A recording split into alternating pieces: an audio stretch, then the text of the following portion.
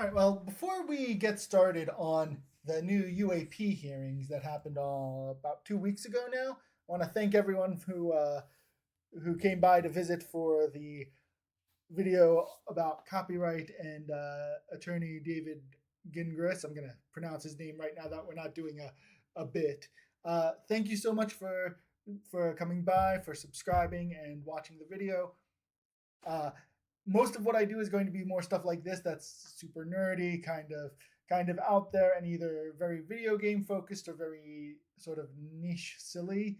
So if you're around for that, great. But thank you so much, and hopefully everyone's having a great weekend. No matter when, I guess this is probably gonna go live more close to Monday. But again, thank you for that. If you remember back in June of 2023, we had what I think was the first of the modern UFO unidentified anomalous phenomena, I think is the new term, hearings. And so now we've got the second one. If you recall, last year it was all around the otter times. And so we're just going to go here.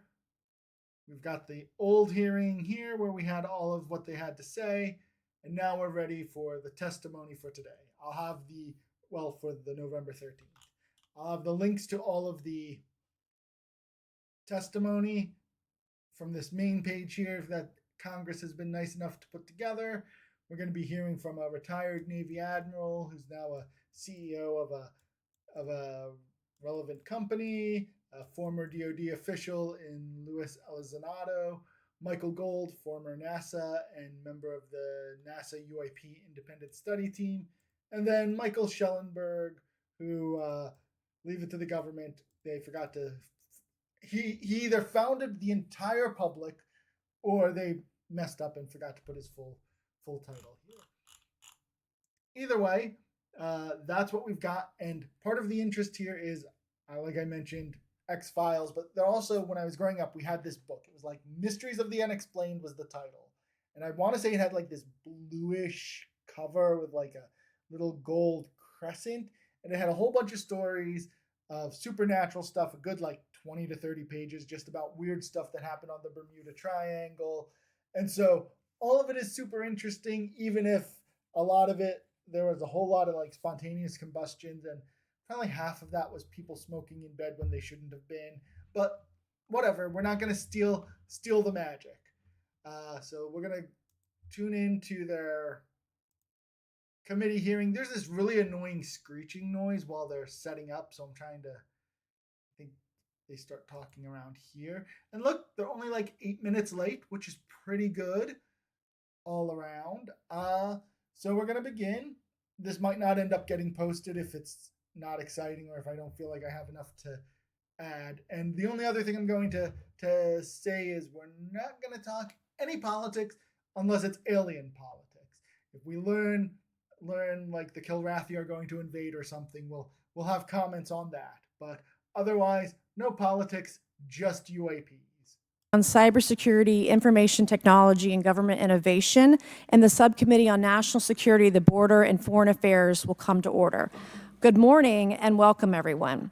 Without objection, the chair may declare a recess at any time, and I recognize myself for the purpose of making an opening statement right now.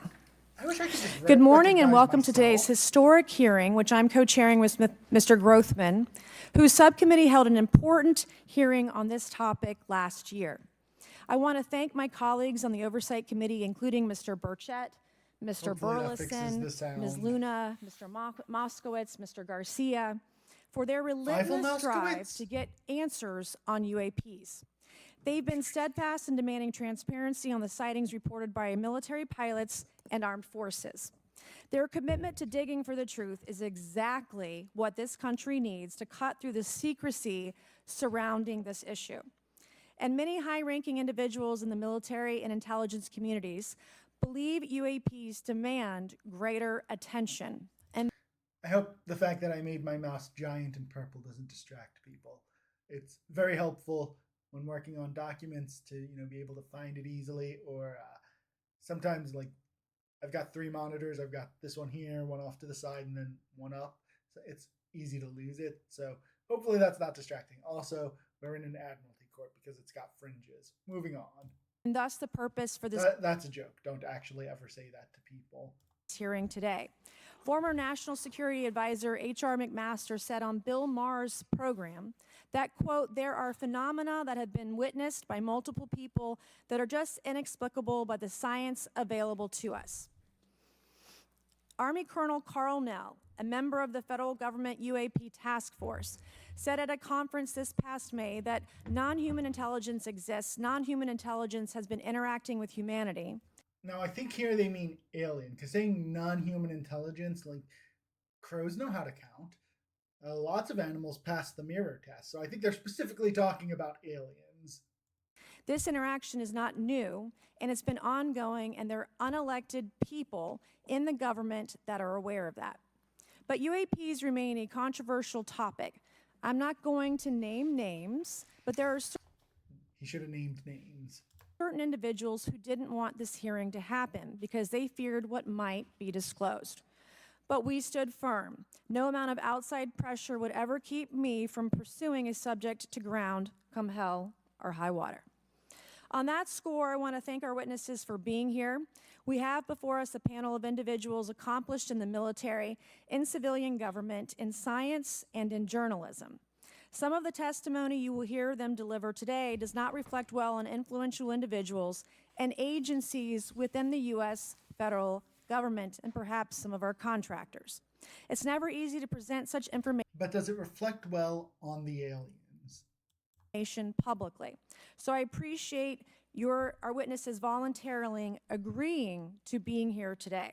This hearing is intended to help Congress and the American people to learn the extent of the programs and activities our government has engaged in with respect to UAPs and what knowledge it has yielded.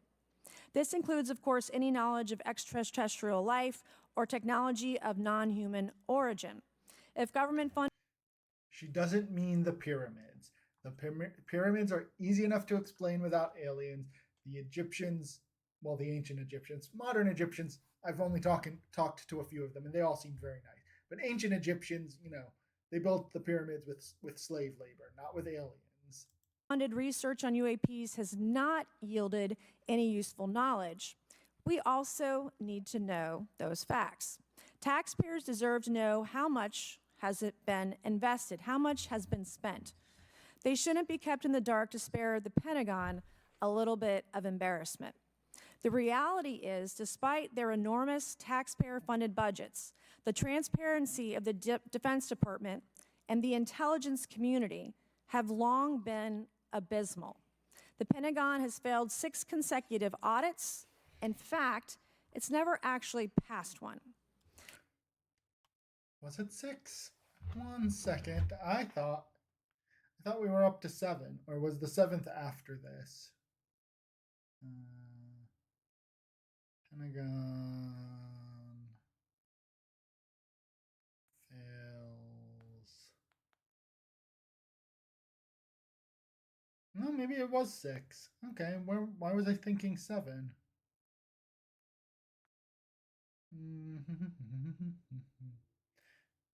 Oh, okay. Okay, yeah, no, that's because this was on the 13th, and the 7th audit failing was sometime last week. And now, just to be fair to the Pentagon, they do say that they did much better on this audit than last time. So I don't know enough about the audit to have an intelligent opinion on it, but she's saying 6 because this happened on the 13th. And the 7th audit results came out after this. Adding to this is a runaway overclassification of documents and materials, a reluctance to declassify materials when appropriate, and at times an outright refusal to share critical information with Congress.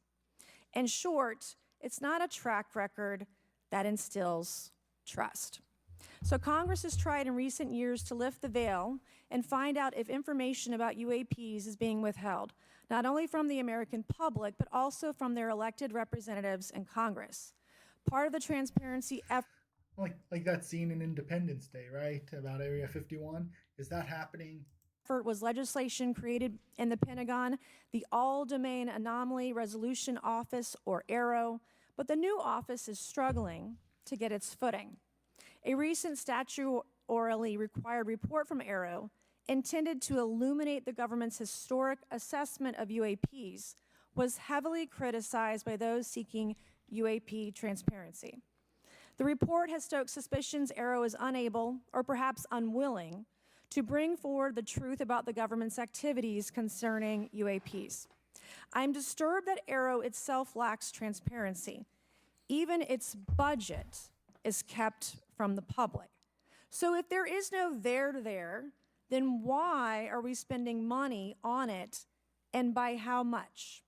Why the secrecy if it's really no big deal and there's nothing there? Why hide it from the American people? Because I'm not a mathematician, but I can tell you that doesn't add up. I expect some of our witnesses to share their views on that AARO report. We will also hear from the witnesses today allegations of UAP-related misinformation and disinformation by government officials of which they are personally aware and directly experienced. And we will hear testimony today concerning recent revelations about a purportedly secret UAP. If I can find that AARO report, I'll include it in the links below. I think I found it, but I don't want to program whose waste existence more time and findings may have been improperly withheld from Congress. But before we get to the witnesses, we're going to have a few more opening statements from our colleagues. And one thing I wanted to add at the end of my closing statement is there is a document that will be entered into the congressional record today. Mr. Tim Burchett from Tennessee has this document, and we just distributed it to every member up here on the dais of this document. But this is going to be the original document from the Pentagon about Immaculate Constellation that Michael Schellenberger delivered to Congress today. So thank you, Mr. Schellenberger, for this information. We are all reading it in real time now, and Mr. Burchett will enter it into the record. But 12 pages about this unacknowledged special access program that your government says does not exist. I'll have that link too. I think I So have that. with that, I would acknowledge my colleagues, 11 Mr. pages. I've Garcia. got that PDF. I want to say, first of all, to Mr. Connolly, who cannot be here today, the ranking member on my subcommittee on cybersecurity, I want to say that I was greatly saddened to hear about the recent news of Mr. Connolly's cancer diagnosis, and I want to convey to him and to all of our colleagues, we wish our very best to you and a full and speedy recovery. And with that, I would acknowledge Mr. Garcia for 5 minutes. Thank you. Thank you very much, Chairwoman. And I want to thank the Chairwoman and the Chairman both for their continued support and really treating this this discussion and these hearings in a way that's bipartisan. I think one thing that's very important for all of us that are interested in the conversation around UAPs is that this is an area that both Republicans and Democrats, where we may disagree in a lot of other spaces, this is an area where bipartisanship is really important. And in fact, It's what brings everyone together, guys. Crazy stuff. I would add it's critical that we all continue to work together in a way that moves forward with the truth and important disclosure. So we're here to have a bipartisan and serious conversation, I believe, about our national security. I'll try and be serious. We should always ground these conversations in facts, evidence, and the data in front of us. I want to note that we have our witnesses here. I want to thank you all for being here, and note that also amongst you have folks that have also served us in our military. And I know that for many of you, this has been a difficult process, but I'm very grateful to have you with us today, and thank you for joining us. I also want to note that today's hearing builds on a quite, I think, also historic public hearing that we had many months ago that Mr. Grothman and others helped lead in this very same hearing room, where I believe we began a really important public conversation about UAPs. And so I want to thank him for that, and I especially want to thank Chairwoman Mace for her continued advocacy on this topic. Conversation has been happening. I also want to start while. there with some facts. We know that there are objects or phenomena observed in our airspace, as your witnesses will testify, and also possibly in our oceans. In many cases, we don't know what they are, and this is, of course, why we're discussing UAPs. Now, the All-Domain Anomaly Resolution Office, AARO, has reported hundreds of UAPs that remain, quote, uncharacterized and unattributed, and which, quote, appear to have demonstrated unusual flight characteristics or performance capabilities and require further analysis. This is our own Aero office. Now, we shouldn't prejudge what they might be. I'm certainly not going to. We need evidence. But what we are detecting things, and we know that we don't understand them, and this is worth investigating. So what he means is don't jump to aliens like the History Channel. Now, the American people have legitimate questions, and I believe it's critical that Congress should help address them. This is about the truth and science and facts. Now, transparency and faith in our institutions is vital in a good democracy. Now, I'm proud to say that this hearing will build on that important bipartisan work, and I want to thank everyone for being involved, including members of our committee. Now, in our last hearing in July, we heard testimony that a significant number of pilots of major airlines have witnessed UAPs as well, but have no real confidential way of reporting them to the government.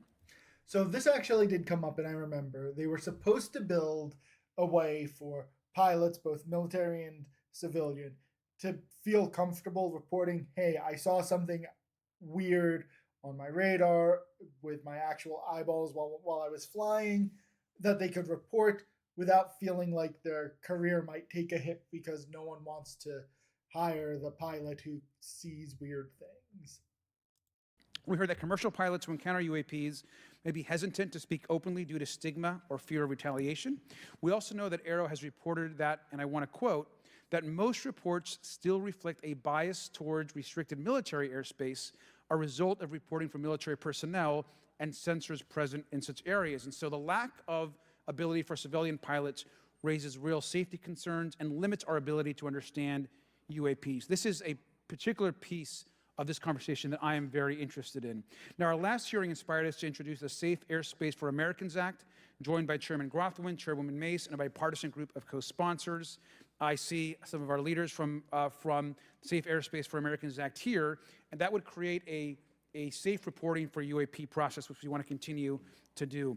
Now, members of both parties and senior officials in multiple administrations have now taken an interest in this issue. Mainstream media, in many cases, are beginning to take more of an interest in this issue. And us, we're the media now. And we should all be proud to carry that work and build confidence for the American people. I believe we can always be more transparent. To me, this hearing and others are simply about the truth and getting to the facts of what these UAPs actually are. It's very important that we show that Democrats and Republicans in Congress can work together to cut through misinformation and look for a serious and thoughtful way to have the discussion in public. Many of us have also called for additional public hearings to discuss UAPs.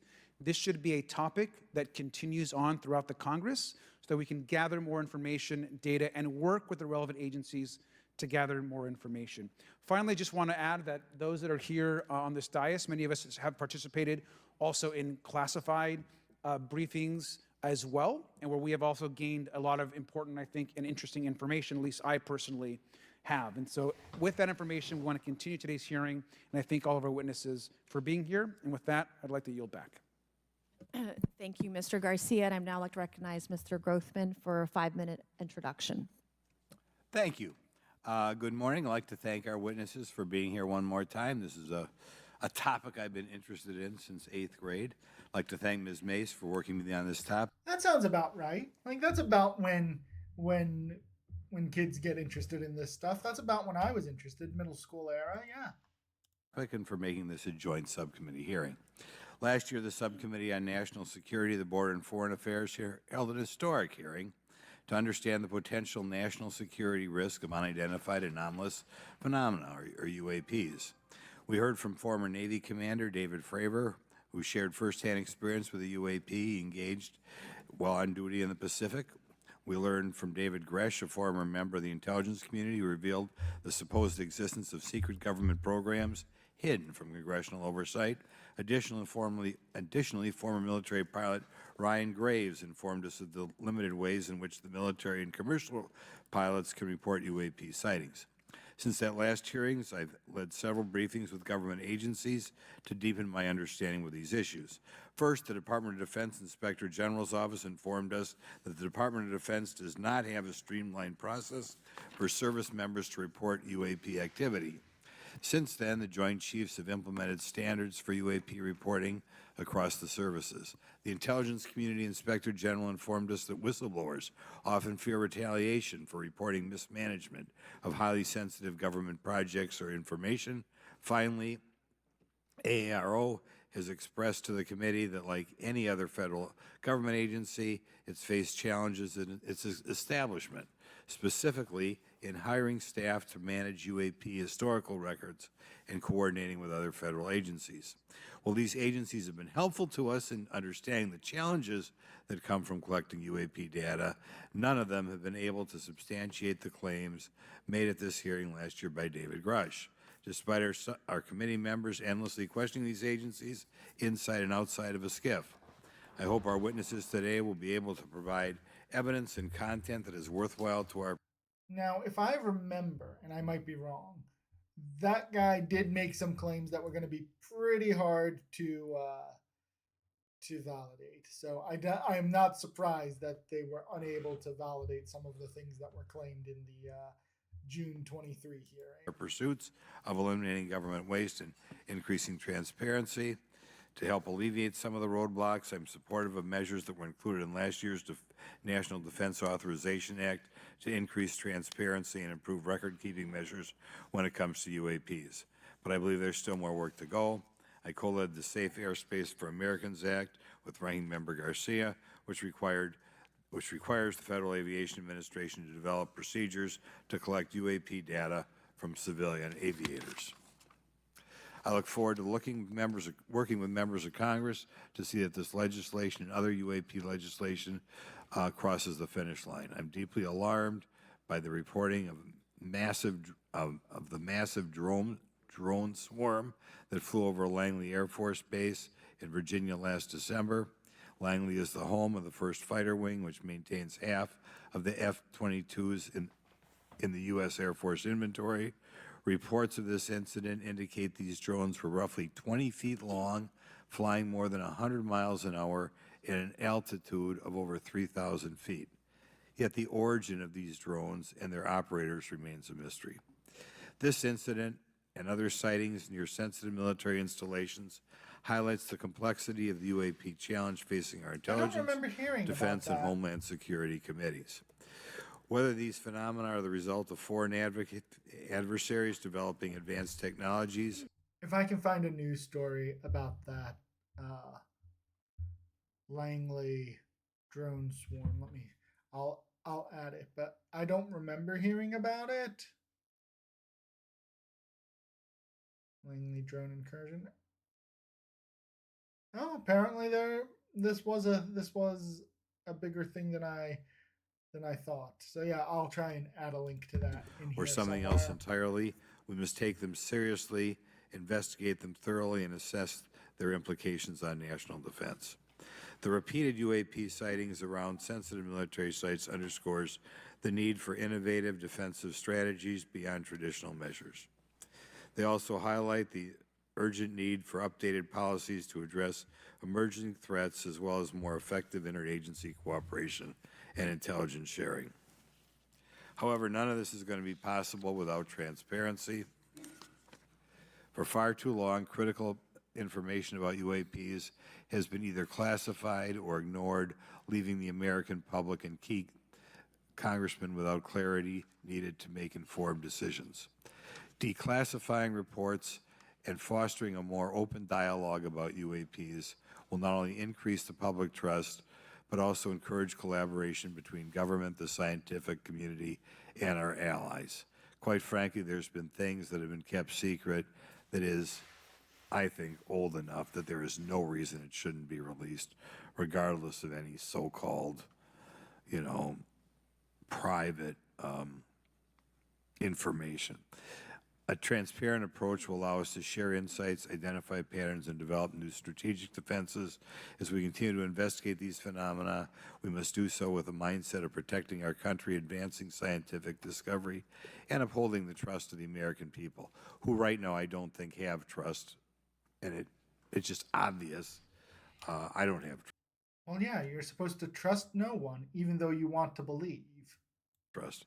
We cannot shy away from the unknown, especially when the stakes are so high. I look forward to discussing these matters with the witnesses today. I'm hopeful we can learn from the testimony and come out of this hearing with actionable ideas to advance UAP transparency. Actually, the idea is just to say, in my mind, go back 15 years and everything has to be released. I'm hopeful that we can learn from their testimony and come out of He's this so hearing. optimistic. And with that, I yield back. Thank you. I will now recognize Mr. Moskowitz for a 5-minute introduction. Thank you, Chairwoman. Good morning, everyone. I first want to thank the chairs and ranking members for holding the hearing today on this topic and, again, having a second hearing.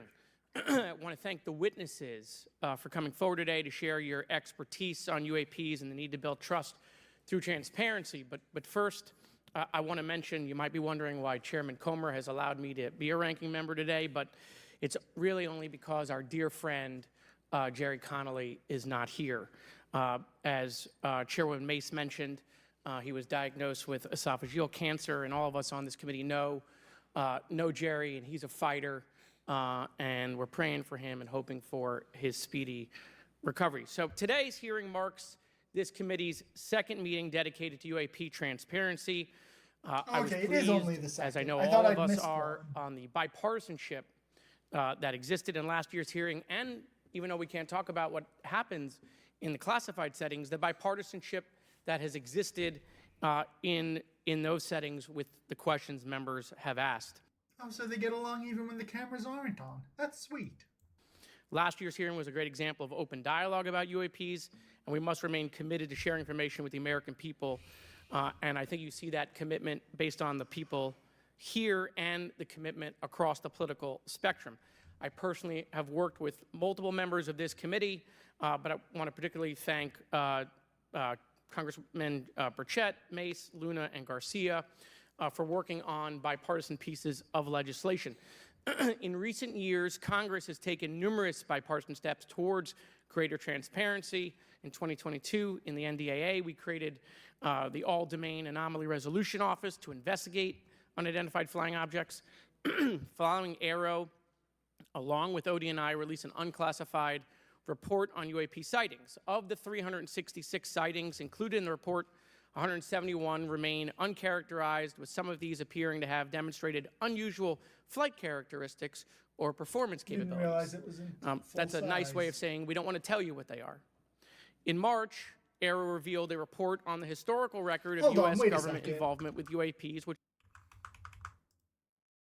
66 sightings included in the report. 171 remain uncharacterized, with some of these appearing to have demonstrated unusual flight characteristics or performance capabilities. That's a nice way of saying we don't want to tell you what they are. In March, Okay, I Aero did hear revealed that a report right. on the historical record of U.S. government involvement with UAPs, which covered investigatory efforts going back from 1945 to the present day. Earlier this year, I joined Congressman Burchett to introduce the UAP Transparency Act, which would require the declassification of all documents related to UAPs with many other members of this committee. In fiscal year 2024, the NDAA required the National Archives and Records Administration to establish the Unidentified Anonymous Phenomena Records Collection. This collection will include digital copies of all unidentified UAP records that can be publicly disclosed. This commitment in transparency is vitally Gonna important, visit and the National Archives site unnecessary someday. overclassification has led to a void of information, which has allowed theories over the decades to foster. When the American people and members of Congress ask, are reports of UAPs credible, we're met with stonewalling. We're met with responses of, I can't tell you. And in fact, we're met with people not wanting us to have hearings. We're met with people not wanting us to ask you questions. In fact, many of us were told not to ask some of you certain questions on certain topics. What questions, what topics In a to time who? of heightened distrust of our government institutions, I believe more transparency is not only needed but is possible. And obviously we can respect national security limits, but we also have to provide our constituents with the information and oversight that they have tasked us for. As part of this, government agencies must maintain open lines of communication with members of Congress. And there are regular questions that Americans have. What are UAPs? Are they real? Are they ours? How has this technology been developed? How do they get funded? Right? And now we've seen this has gone from a long time ago where you could discredit people because it's some guy living in a Winnebago. you could have Jesse Ventura come to his house and tell him that all he saw was Venus, and his scientific knowledge was shockingly immature. I forget the exact quote, but the point is, all he saw was Venus. You're able to see people now. These are pilots, these are military, these are folks with serious backgrounds. This has changed the face of this because now we have video. People will have questions. We know there are advanced technology programs. Almost 15 years ago, one of those came out of Area 51 to go after Osama bin Laden. And the only reason we know about that is because one of those helicopters was downed. Americans have questions about whistleblowers who have come forward to talk about retribution. And so I want to thank everyone for being involved today on trying to get more transparency. This has been bipartisan, bicameral, and as we get into a new administration, the president-elect has talked about opportunities to declassify information on UAPs, and I hope he lives up to that promise. And with that, I yield back. Okay, thank you, Mr. Moskowitz. And I would now, committee staff asked me to go ahead and I will do it, to enter into the congressional record this 12-page document that Michael Schellenberger brought today that describes the Immaculate Constellation government program. I thought she did do so we will that. do that now. Every member up here has a copy of it. The first section talks about the unacknowledged special access program called Immaculate Constellation, and the second section about USG imagery intelligence. And Representative Luna just told me if I say Immaculate Constellation, I'll be on some list, maybe a FISA warrant. So come at me, bro, I guess. But without objection, entered in the record. All right, so next we will introduce our witnesses for today's hearing. Please do not come at any congressional people. Leave them be. Let them talk about Immaculate Constellations. Thank you so much for being here. Our first witness is retired Rear Admiral Tim Gallaudet. What are these name tags? What did they just decide who was going to be the witness like that morning? That's what's with the name tags? Who retired from the U.S. Navy and is now the Chief Executive Officer at Okay, that looks a little bit better. Maybe it was just Ocean with the STL camera as far out Consulting. as it was. Our second witness is Mr. Lou Elizondo, a former Department of Defense official and author of a they recent still look bestseller bad book there. about UAPs. Our third witness is Mr. Michael Schellenberger, founder of the newsletter Public and author of a recent journalistic piece about Oh, it's the newsletter Public. Okay, so founder of Public is right. They didn't have it wrong on the website. That was me not knowing enough about. That's an awesome tie, but not this one. This one in the back. special access programs, including I assume he's going to tell us about this all being removed for reason B1. one widely identified as Immaculate Constellation. I swear the staff wants me on a list.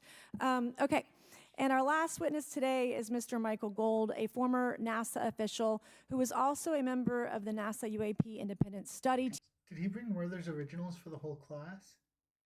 team. Welcome, everyone. We are pleased to have you today. Pursuant to Committee Rule 9G, the witnesses will please stand and raise your right hands.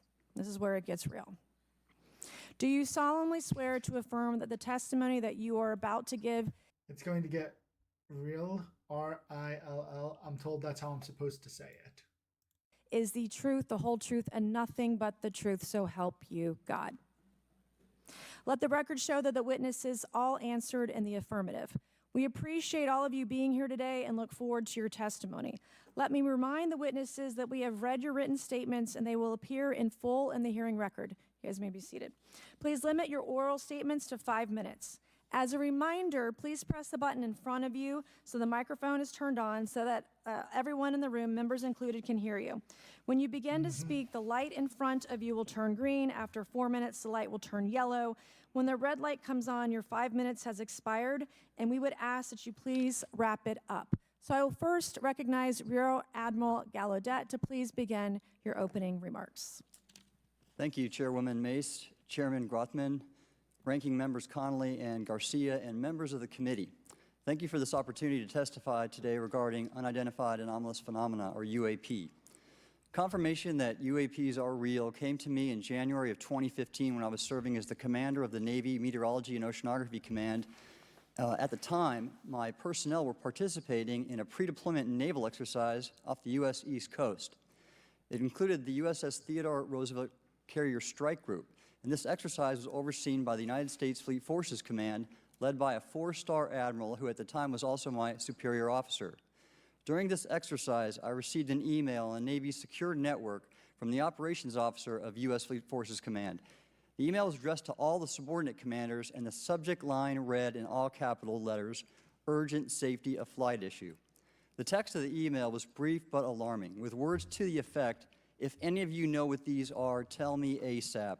We are having multiple near mid-air collisions, and if we do not resolve this soon, we are going to have to shut down the exercise." Attached to the email is what is now known as the Go Fast video, captured on the forward-looking infrared sensor of one of the Navy F-A-18 aircraft participating in the exercise. The now declassified video showed an unidentified let me see if I object can find exhibiting that flight and tag. structural characteristics unlike anything in our arsenal. The implication of the email was clear. The author was asking whether any of the recipients were aware of classified technology demonstrations that could explain these objects. Because the DoD policy is to rigorously deconflict such demonstrations with live exercises, I was confident this was not the case. The very next day, that I do email have- disappeared from my account and those of the other recipients without explanation. Moreover, All right. the commander of Fleet Forces Let me see if I can get this here. We're gonna hide our display capture for just 1 second while I get so that everyone can sort of see what is the Go Fast video.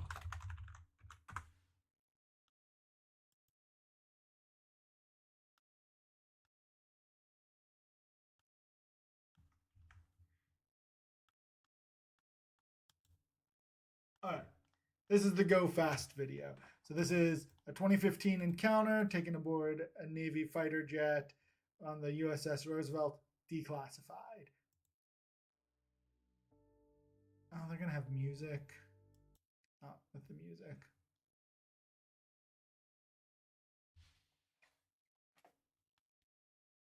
It's approved for public release, so no one can get in trouble.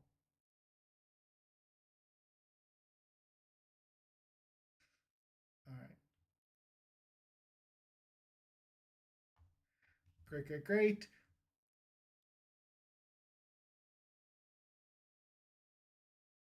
Okay, so we're gonna need the sound back on.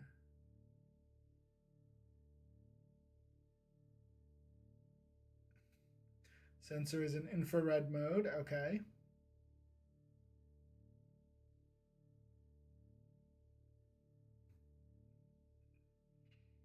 I wish I knew what that meant.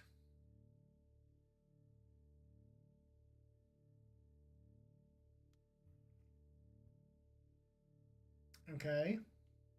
This is not going fast. This is, in fact, not going anywhere.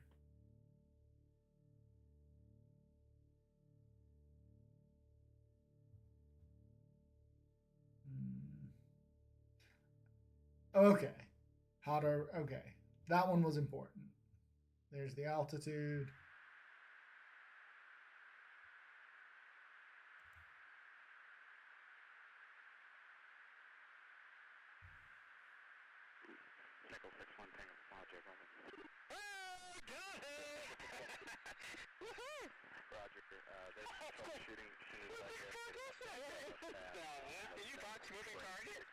Did you box moving? No, I took an auto track. Oh, okay. Oh my gosh, dude. Wow, look at that, look at it fly. Okay. Well, that's good. Good to know. Now we all know what the Go Fast video is. Back to Dr. Gallaudet. Command and the operations officer never discussed the subject. Even during weekly meetings specifically designed to address issues affecting exercises like the one in which the Theodore Roosevelt Strike Group was participating. This lack of follow-up was very To be fair, while I was Googling that, there are also news stories that the Pentagon has debunked the Go Fast video within the last couple of days. That's at least the headline on a couple of places. So I'll include that as well as the actual history .com link that we had there to the Go Fast video. So you can see how if you believe the Pentagon's explanation of the Go Fast video. But either way, let's get back to the testimony. concerning to me. As the Navy's chief meteorologist at the time, I was responsible for reducing safety of flight risks. Yet it appeared to me that no one at the flag officer level was addressing the safety risk posed by UAPs. Instead, pilots were left to mitigate these threats on their own without guidance or support. I concluded that the UAP information must have been classified within a special access program managed by an intelligence agency. That is a compartmented program that even senior officials, including myself, were not read into. Last year's UAP hearing before this Oversight Committee confirmed that UAP-related information is being withheld from senior officials and members of Congress. And just this week, I learned from former DoD official Chris Mellon that satellite imagery of UAP from a few years ago still has not been shared with Congress. Equally concerning, last year's UAP hearing also revealed that elements of the government are engaged in a disinformation campaign to include personal attacks designed to discredit UAP whistleblowers. Having never signed a non-disclosure agreement regarding UAPs and That was one of the things that I wanted more actual evidence of in the last hearing that I don't, again, it's been a year since I watched it, so I don't remember there being much more. So that was one of the accusations I did not fully believe. now, as a private citizen, I've become an advocate for greater UAP transparency from the government.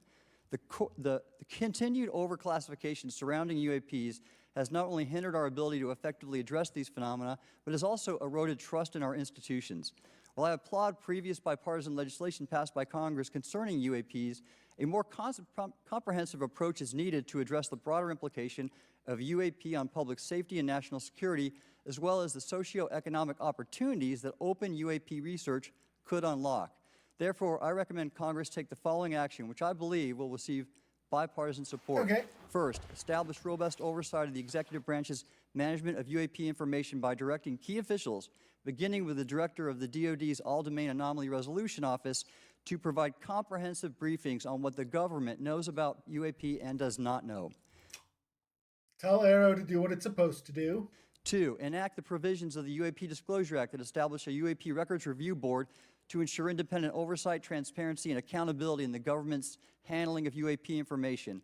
And 3, strengthen Do what that committee's supposed to, or that the legislation's UAP supposed to Disclosure do. Act and future reauthorizations with provisions that mandate a whole-of-government approach to addressing UAP. So that third recommendation is the only do something extra and new. The first two feel like do what we were supposed to be doing.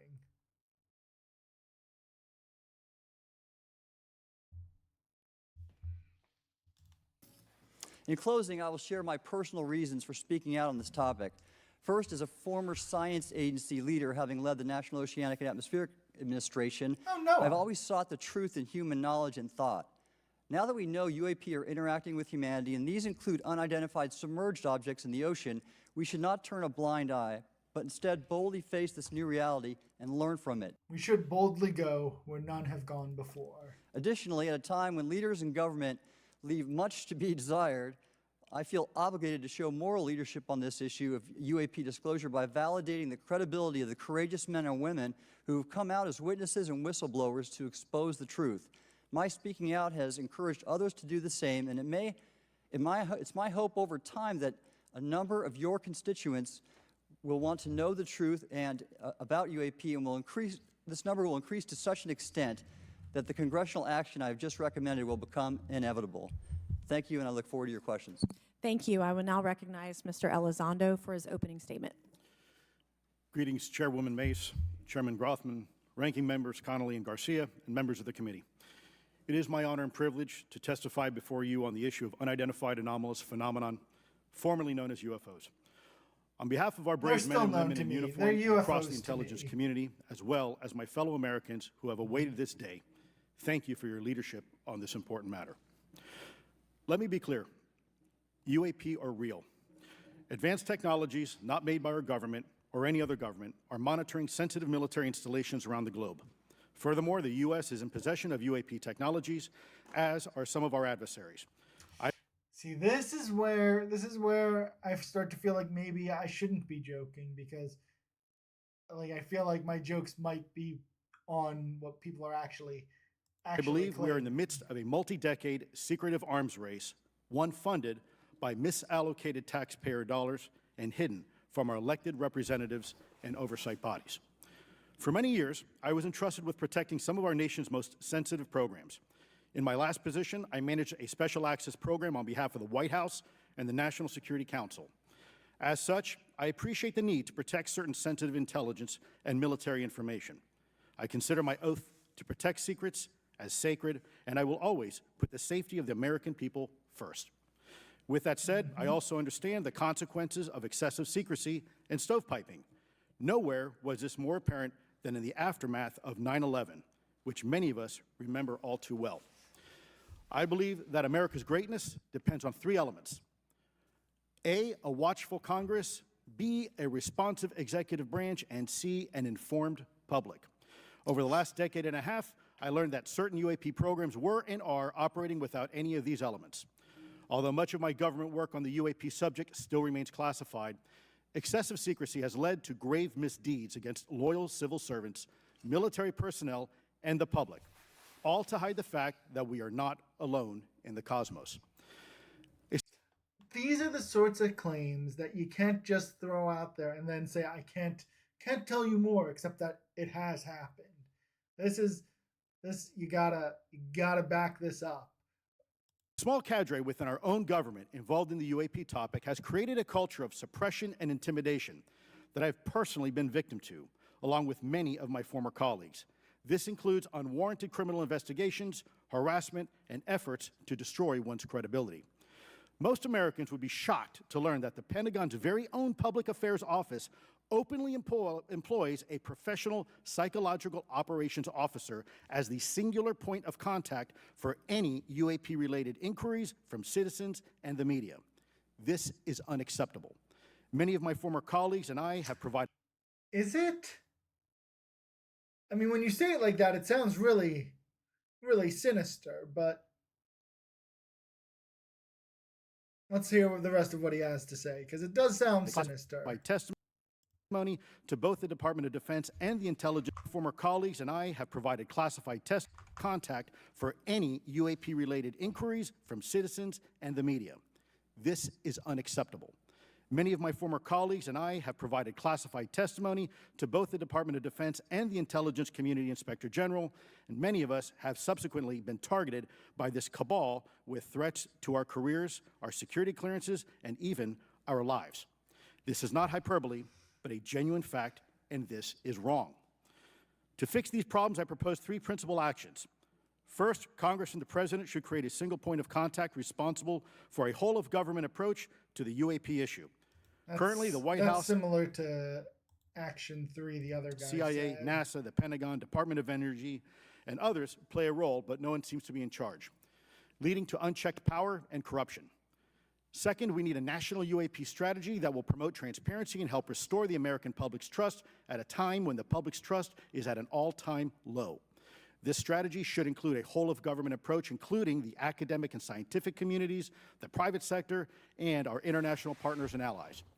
Third, Congress should create a protected environment so whistleblowers desperate to do the right thing can come forward without fear. As it currently stands, these whistleblowers suffer because of stigma, a code of silence, and concerns about retaliation.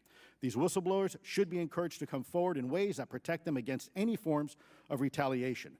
Policies and procedures should ensure that protection, and for those who refuse to cooperate, it is up to the members of this committee and the other lawmakers to wield their subpoena power against hostile witnesses and prevent additional government funding to those UAP efforts that remain hidden from congressional oversight. In closing, we as Americans have never been afraid of a challenge. In fact, we thrive on them, whether it's eradicating polio or going to the moon. We don't run from a challenge, we take it head on. To the incoming administration and Congress, I say to you, we need immediate public transparency, and this hearing is an important step on that journey.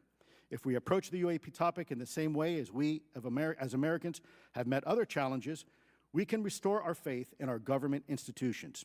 Together, we can usher in a new era of accountable government and scientific discovery. I believe that we as Americans can handle the truth, and I also believe the world deserves the truth. Thank you, esteemed members of Congress, for your time today. It is profoundly appreciated by many. Thank you. All right, I want to go to his Elizondo. Okay. A term are securing and even on our lives. This is literally just what he said. Okay, I was hoping we'd get some clarity on what he meant, but no, that's literally just his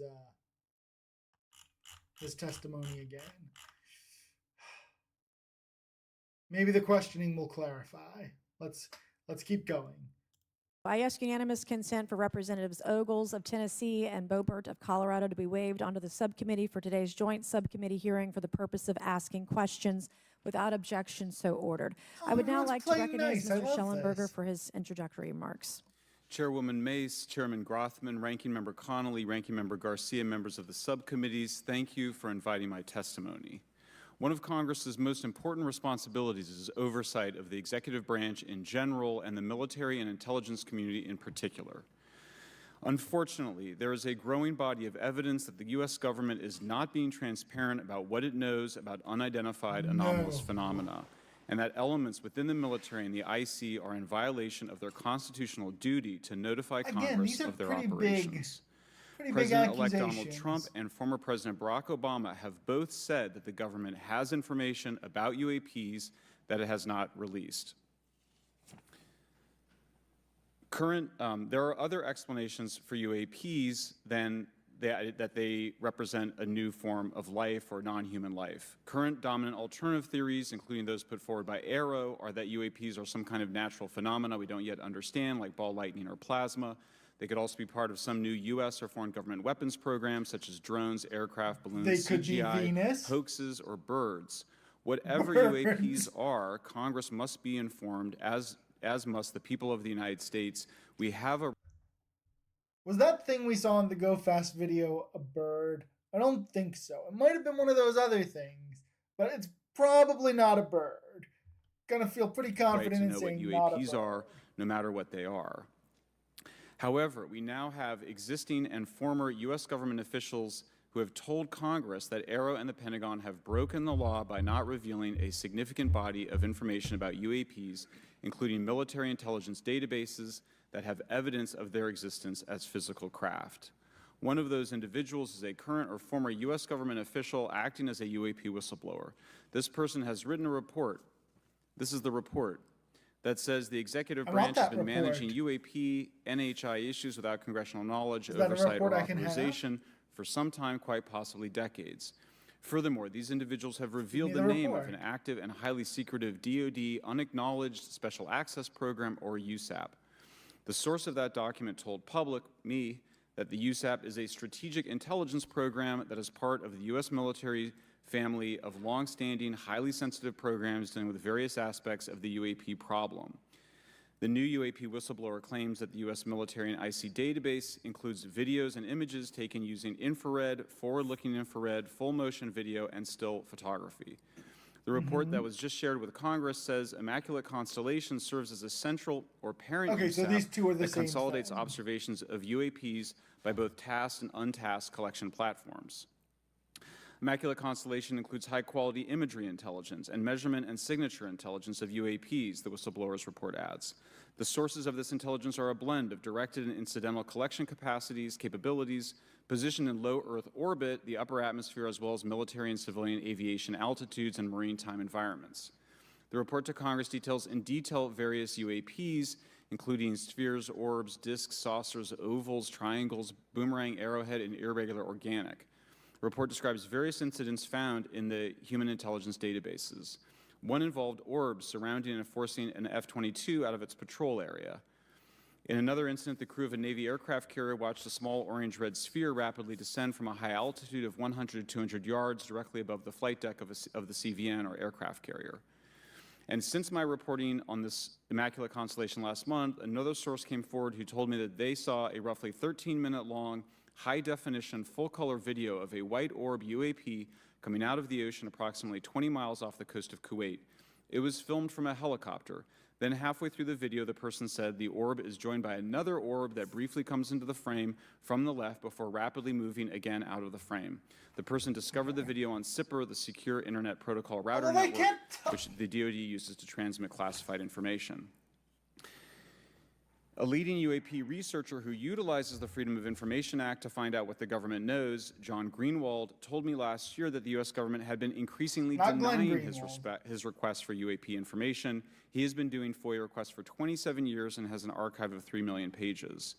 The government has for decades denied any interest in UFOs, he told me, but the documents that he has assembled show that behind the scenes it was a completely different story.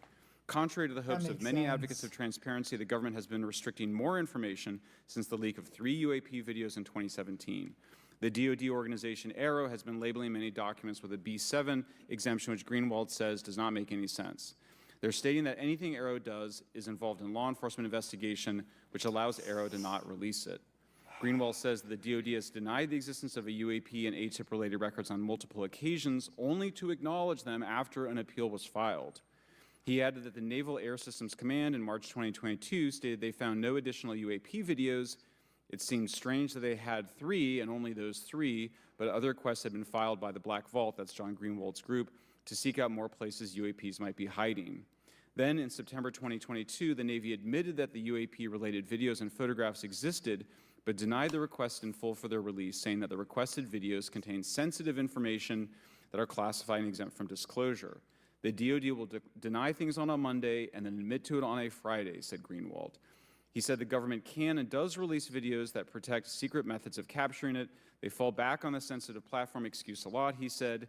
However, the on-screen information can be blurred and scrubbed. The metadata can be removed.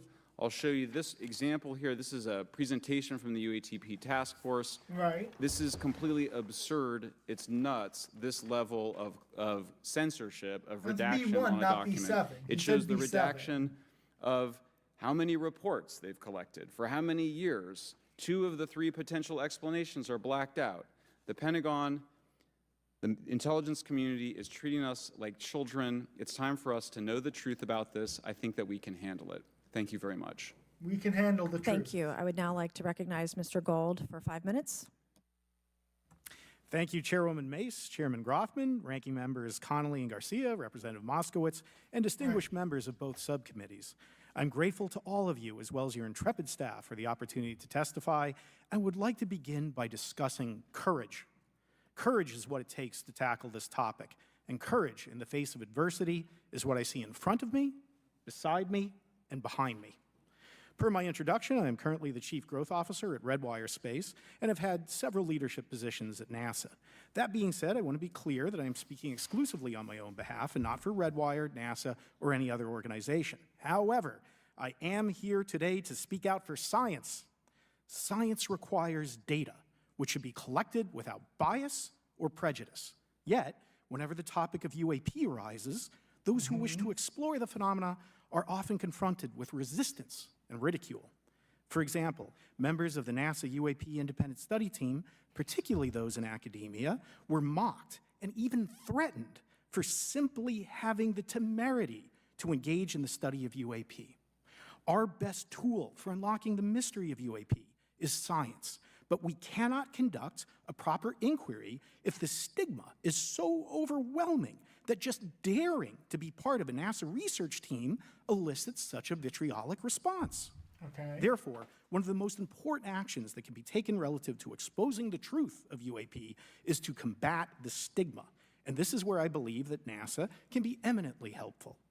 The NASA brand is synonymous with hope, optimism, and credibility. If you were to take a walk down the National Mall, you would immediately see the NASA logo on t-shirts, hats, and bumper stickers. Few federal agencies enjoy this kind of popularity. I've never seen anyone wearing an Office of Personnel Management t-shirt. It's true. No one is that excited about OPM, except maybe when they're talking about what is and isn't closed for snow days. NASA, though, does have this, like, Everyone remembers going to the moon. Everyone remembers it. Which is and it why was NASA great. could play such an influential role. Specifically, NASA could, with relatively little cost and effort, host symposia on UAP, or even just participate in existing panels examining the topic.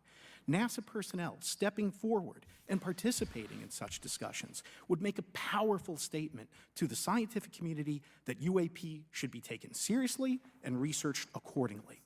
In regard to research, NASA has vast archives, much of which may contain important UAP data. Again, for relatively little cost and effort, NASA could create an AI or ML algorithm that could search the agency's archives for anomalous phenomena. I suspect that such an effort would not only result in information that will help us to understand UAP, but could result in data that will assist in other areas of scientific inquiry, such as anomalous weather or meteorite activity. Beyond its existing archives, NASA could act as a clearinghouse for civilian and commercial UAP data. During my work on the UAP Independent Study Team, it quickly became evident that there is no clear or well-publicized process for civilian pilots to report UAP sightings. The stigma associated with UAP hampers the number of pilots that would report such phenomena, but even for those who overcome the stigma, I believe the current FAA guidance is largely unknown and poorly understood. In order to effectively collect UAP data, the independent study team recommended the use of NASA's Aviation Safety Reporting System. This is what they talked about last year, and it still hasn't been done, it sounds like, but this is a different approach, I think, to use NASA to do it. Or ASRS. This system, which is administered by NASA and funded by the FAA, provides a confidential means for the reporting of safety violations in a All right. I'm going a little bit faster just because it's voluntary and non-punitive manner. Over 47 years, the ASRS has collected nearly 2 million reports. ASRS is the perfect tool to collect UAP data, which could then be collated by NASA and shared with the public at large. Leveraging ASRS could create a treasure trove of UAP data, potentially hundreds of thousands of reports, supporting this hearing's goal of exposing the truth. And I'm grateful to our two co-chairs and other members who have already incorporated this idea into proposed legislation. At this hearing, and as others have demonstrated, the UAP issue is justifiably dominated by national security and defense. However, I would urge the subcommittees to keep in mind the numerous ways that NASA and the FAA, as well as commercial activities in the air, in space, and in the water, can generate a massive amount of invaluable data on anomalous phenomena.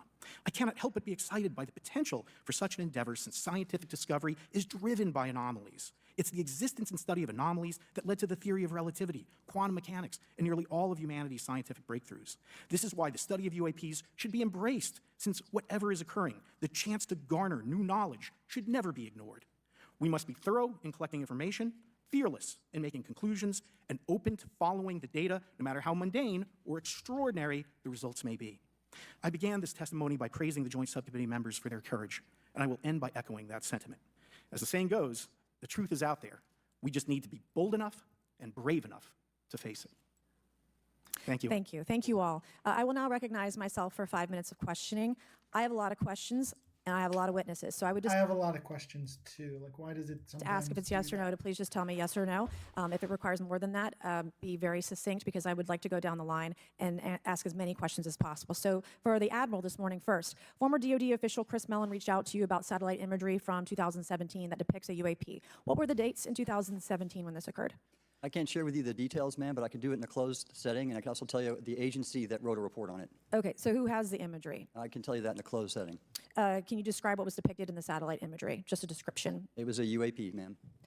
That's it. Very No other vague. description. Thank you. The Closed term session. that the analysts used, they called it the button. It was a disc-shaped object. Okay, where was it? I can't tell you that, ma'am. Okay. All right. Closed session. Mr. Elizondo, you stated in your testimony that, quote, advanced technologies not by our government or any other government are monitoring sensitive military installations around the globe, end quote. If these technologies are not made by any government, who's making them? Private companies, or are you implying they are crafted by a non-human intelligence? Well, ma'am, that's precisely why we're here. The problem is that, temporally speaking, over decades, not just the last 10 years, to put this in perspective, when Are we these private companies you're implying, or is this non-human intelligence? it may be both. Okay. When it comes to Blue Force Technologies, I would not be able to discuss. Okay. it, ma'am, Are you read into secret UAP crash retrieval programs? we would have to have a conversation in a closed session, ma'am. I signed documentation 3 years ago That's- that restricts yeah. my ability to discuss specifically crash retrievals. I submitted for my book through the adoption process, which took a year for it to be reviewed. And what is in the Yeah. book is what I was told I'm allowed to talk about. Has the government conducted secret UAP crash retrieval programs, yes or no? Yes. Okay, were they Oh. designed to identify and Hold reverse on. engineer Whoa, alien whoa, craft, whoa. yes or no?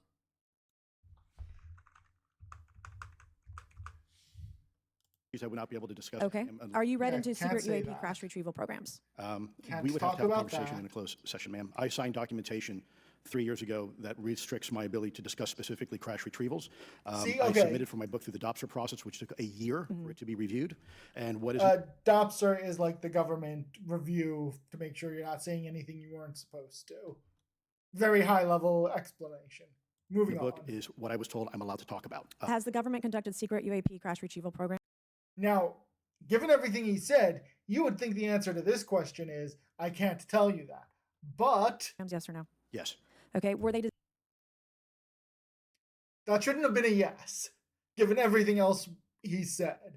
So I don't know why he felt like he could say yes to that, but he couldn't answer anything else. So I don't know if he just, he's testifying in front of Congress is stressful, or maybe there's some weird corner case that lets him say yes. I don't know, but that designed to identify weird. and reverse engineer alien craft, yes or no? Yes. Does the U.S. government have How any can you reverse? say yes to that? Or answer that question about retrieval programs. Do any U.S. contractors have the same? I would prefer to address that in a closed session, ma'am. Okay. In your book, you mentioned government employees who've been injured by UAPs, placed on leave, and receiving government compensation for their injuries. Is that correct? That is correct. How can we'll need to. Sorry, I'm collecting a list of links that we need, and we now need this guy's book to add Elizondo book.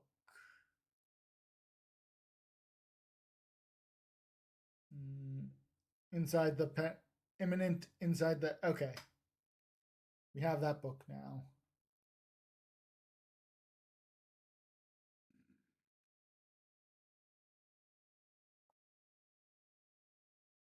the government deny we have recovered craft if they're paying people because they've been injured by recovered craft? Ma'am, that's a great question. That's why I think we're here again, because I've seen the documentation by the U.S. government for several of these individuals who have sustained injuries as a result of a UAP incident. It's a crazy idea, right? The hypocrisy and the logic. Okay, Mr. Schellenberger, I'm going to say it again to be very clear. Immaculate Constellation. What's its mission and how are they funded? Its mission is to, as I stated, its mission is to, it's an unacknowledged special access program. Its mission is to document UAPs. So he's a journalist, so he's not got the same issues that the other two guys have where they've got signed agreements and stuff. So he's a little more free to Okay, just and say you, yes for or your no. story and your report, do you have more than one credible source? I do. Sourcing, okay. I do. And then why do you believe your sources to be credible? How do you judge the veracity of the documentation you've been provided about this program? I checked the Fair. sources, and they are who they say they are. They are current or former government officials. I want to also add that I did not specify that they were Defense Department employees. I didn't specify the agency nor the gender. Would they have included non-government employees, people that aren't employed by the government? These are, I'm comfortable saying that these are government or previously government employees. Any of them currently Got it. employed by a private contractor or private contractors? I'd rather not say. Okay. What's the key takeaway, just a few That's seconds, fair. about the Immaculate Constellation document you provided us today? I think that what the American people need to know is that the U.S. military and intelligence community are sitting on a huge amount of visual and other information, still photos, video photos, other sensor information, and they have for a very long time. And it's not those fuzzy photos and videos that we've been given. There's very clear High res? images, high resolution. How many visuals, graphics, videos, photos? I mean, I've been told hundreds, maybe thousands. I mean, I also wanted to say, because there was some conversation around concern around the revealing of these materials, revealing the source collections, but some of these are shot from helicopters using normal videos of oceans. I just think that's absurd that somehow you're going to be revealing some secret U.S. technology by revealing that you've photographed orbs off the coast of Kuwait. Okay, thank you. I have 8 seconds. Mr. Gold, did the NASA Independent Study Team get briefed on what you call OSAP? Very quickly. I flagged the Advanced Aerospace Weapon System Application Program to our chair and our DFO. We did not get briefed, but I believe it is definitely worth looking into. That was probably the largest UAP review effort ever, and I think produced a lot of interesting data, including revealing Nimitz. I don't know if my fellow witness Lou might want to, he did yeoman's work on it, might want to comment. Okay.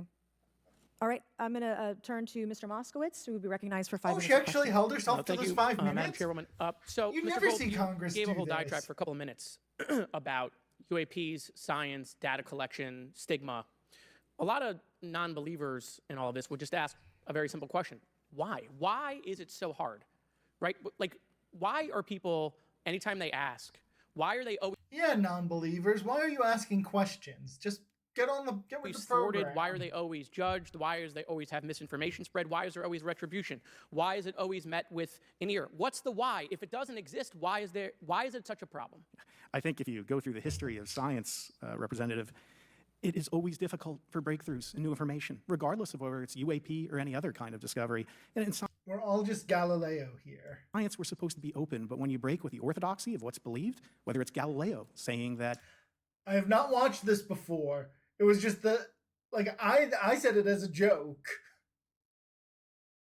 the Earth doesn't rotate, or the Earth rotates around the sun, or the sun doesn't rotate around the Earth, it's always challenging for new beliefs. And the more extraordinary those discoveries, and the more extraordinary those new beliefs, it's very difficult. So I think this is natural. There's natural conservatism that when it comes to science, but this issue in particular has been very difficult where, again, even to attempt to study it becomes problematic.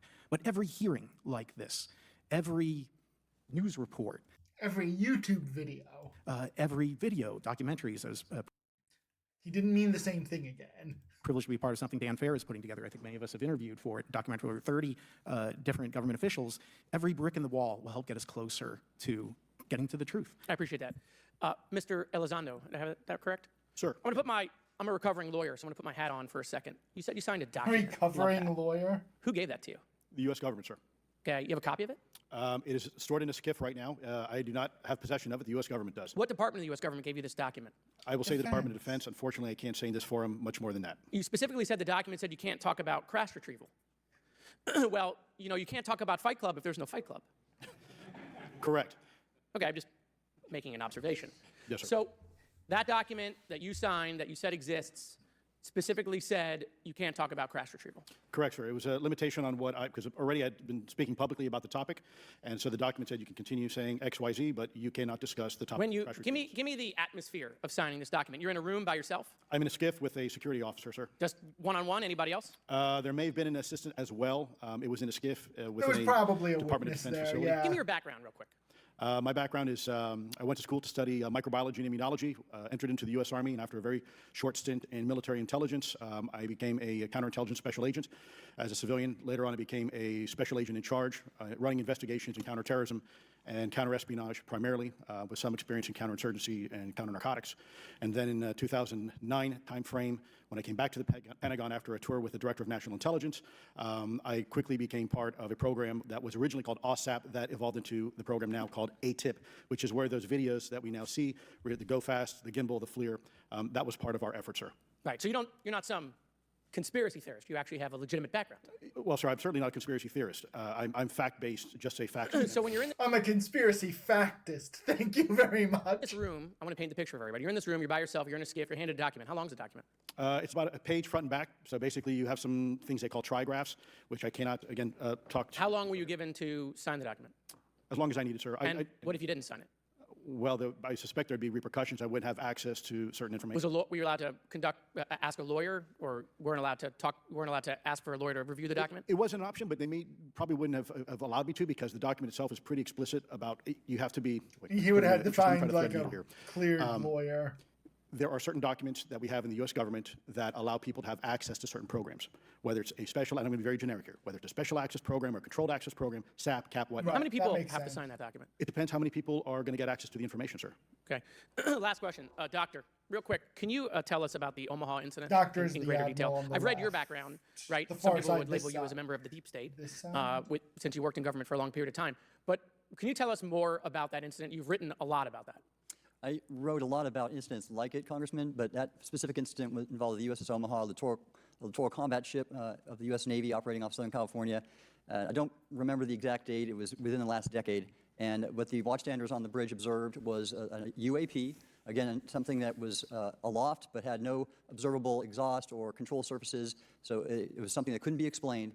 And then they saw it enter the water from the atmosphere and going through the air-sea interface, and so thus exhibiting transmedium travel. Thank you. I yield back. Thank you. I'll now recognize Mr. Grossman Like a for James 5 minutes of Bond questioning. car. Yeah, we'll start with Mr. Gallaudet. During a previous UAP hearing, Navy Commander David Fravor discussed the TikTok object engaged in 2004. You familiar with the incident, the TikTok incident? We looked up that video last year when he talked about it, so we're not going to do it again. But if you go to last year's, we looked it up. Yes, sir. And that's almost 20 years ago, right? Yes, sir. It's been said there are more videos, documents, and reports related to this incident. Do you believe the information regarding the TikTok incident should be available to all members of Congress? And in your expertise, what reason would the Department of Defense possibly have for not releasing information that's over 20 years old? Thank you, Congressman. I don't think there's any good reason to withhold information and important data, especially of national security concern, from Congress. What would they say?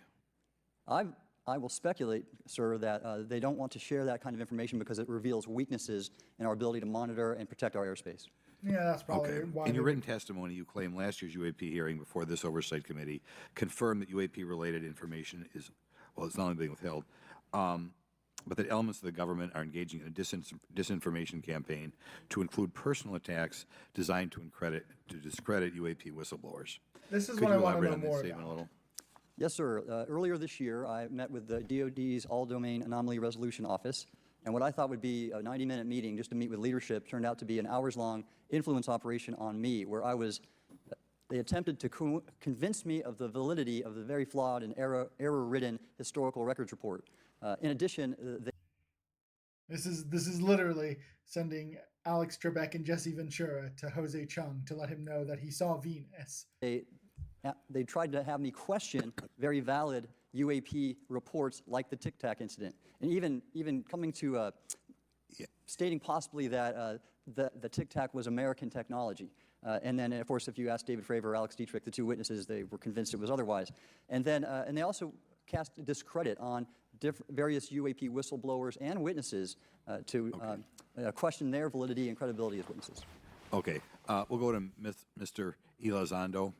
Hope I got that right, or not at least Close not enough, that sir. You're familiar with the recent drone incursion over Langley Air Force Base? Yes, sir. The owners of these drones remain unclear. The U.S. military has not been able to give us in Congress an answer. Given your experience with the Department of Defense and the intelligence community, how frequently are UAP sightings over military installations? And secondly, I suppose hypothetically you could have incursions over just, say, regular airports. Is it obvious these incursions are more likely over military facilities than just... So, well, look at like just how stats are done, right? I feel like, before we get to his answer, we're going to see more over airports and military facilities because there's more monitoring there, right? Like we've all seen the picture of the plane with all of the arrows and like, where should we re-armor up? And, you know, someone had the brilliant idea, hey, maybe if they got shot in the places that we didn't see them get shot, they don't come down. And so, you know, this might be a data thing, right? Let's see what he says. a random airport out there? Yes, sir. There's definitely enough data to suggest that there is certainly some sort of relationship between sensitive U.S. military installations, also some of our nuclear equities, and also some of our Department of Energy sites. There is a long historical record that some of your colleagues may have, documentation that demonstrates this. This is not a new trend. This has been going on for decades, and that information has been obfuscated, unfortunately, from folks like you in this committee. And I think that's problematic because ultimately, at the end of the day, we have a significant situation here. We have something that can enter into U.S. airspace completely with no attribution. And how long has this been going on? Sir, said decades. And there's decades. information that will hopefully be entered into the Can you record. think of any possible reason why they can't release any information they have on something, say, 15 or 20 years old? Sir, if I could echo my colleague here, Admiral Gallaudet, I think one of the big issues that we have in the intelligence community, Department of Defense, is we don't want to broadcast any potential vulnerabilities or weaknesses in our national defense systems or on intelligence collection platforms. Therefore, when you have a conversation where you address a problem for which there is no solution, it makes that a very uncomfortable conversation to have. Okay, we'll switch to Mr. Schellenberger. The primary reason you're here today is because you published an article on the news publication that you own called Public, right? Alleging that a new unnamed government whistleblower has come forward asserting that a highly classified program exists dedicated to recovery and reverse engineering of UAP technologies. Can you give us what specific evidence you have, or that your Yeah, source provided you he to probably substantiate told the us claims that in about the the existence article. of the Immaculate Constellation program? Well, you have the report in front of you now, so you can see it for yourself. I checked the report, and I did not find it based on existing cases. It was new cases for me. I hadn't found anybody. So that answered for me that it was not obviously circular reporting, which is one of the big concerns in this space. I also had the name of the program confirmed by more than one additional source. So yeah, and then of course I checked to make sure that the source was who they claimed to be. Okay. Okay.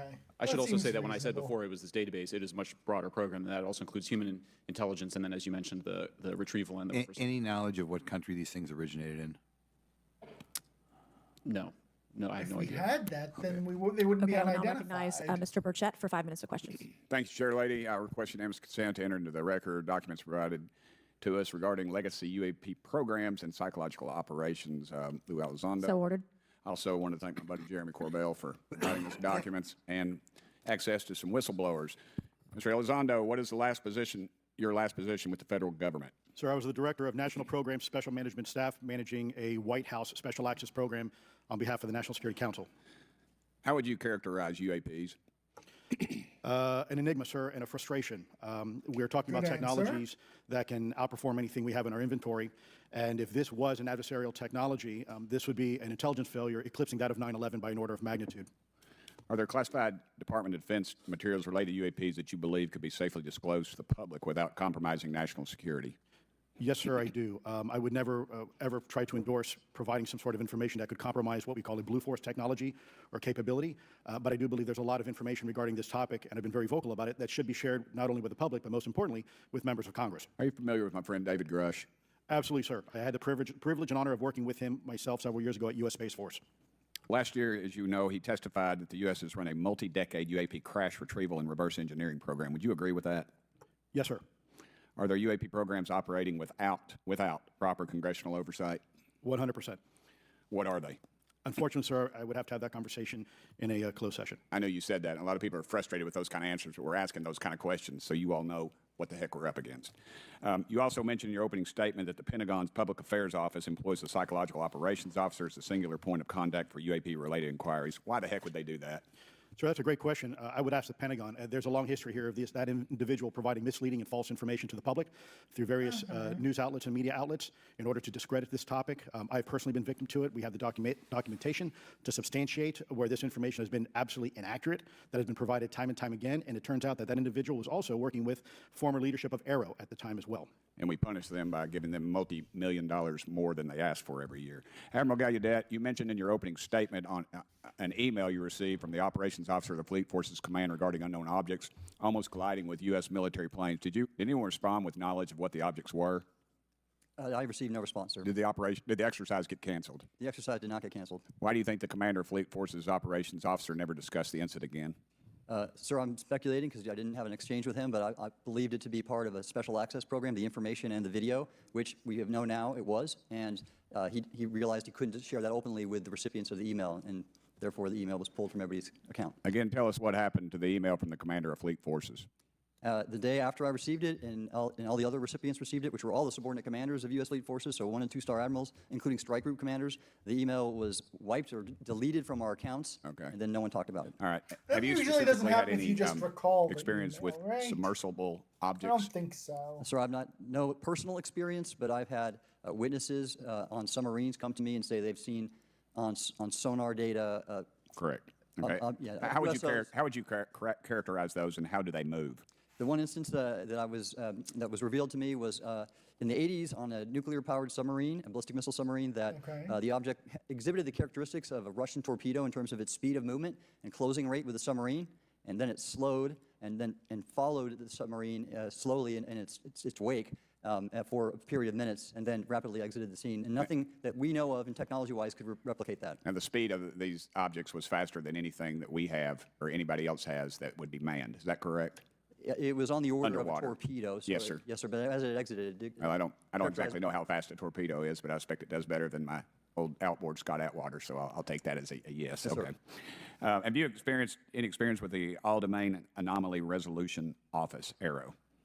Yes, Congressman, as I mentioned previously, I have met with them. Okay. You heard Mr. Elizondo describe psychological operations for those contacting the Department of Defense about UAPs. You mentioned a similar influence operation by ARROW. Why are federal agencies invested in running information operations about UAPs if they do not exist? Yes, sir. But I'll make a statement on Arrow's behalf. They have new leadership. The office has reached out to me to meet again, and I take that as a good faith effort, and we'll see where that goes. Thank you, Chair Lady. I've run over. Thank you. Thank you, Mr. Tennessee. I would now like to recognize Mr. Mr. Higgins. Tennessee.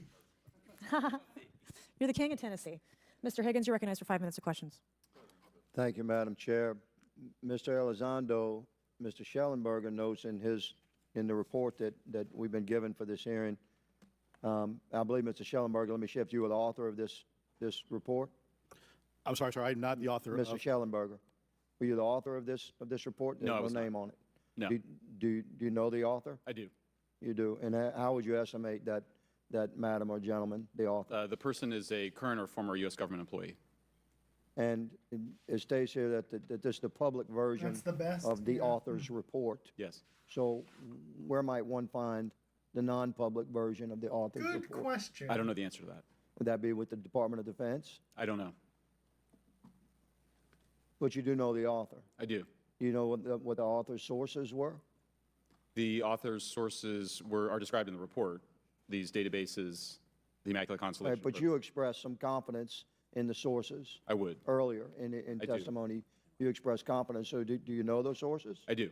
Are they within the Department of Defense? I can't say. You can't say or you won't say? I won't say. Okay, why not? Because I protect my sources, and I think they're But you're not naming them. It's a big department. But Eh, many of us yeah, on my but side of not- the aisle would say it's far too big.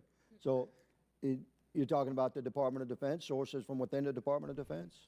I'm not willing to reduce the Okay. potential universe of where my sources might be. Okay, moving on. In this, Yeah, and for something like this, I'm willing to bet, if it really exists, which it sounds like at least Schellenberger thinks it does, that everyone knows who the universe of people who could have provided this to him is. So, yeah, I understand his issue.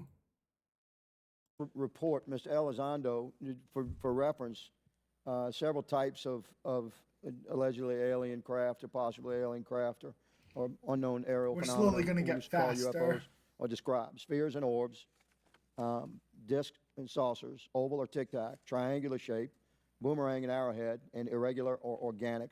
Mr. Elizondo, does that summarize to you the types of craft that we're discussing today? Sir, that is a general morphology, historically speaking, of Okay, many UAP. so those descriptions are very different craft. Is it your assessment that they would come of different origins? It's possible, but it also could be a matter of utility. And let me just say for the record, I never read the report or the article that Mr. Schellenberger put out. The reason That's a good point. We're just referencing it Yes, sir. for descriptive purposes for the American people.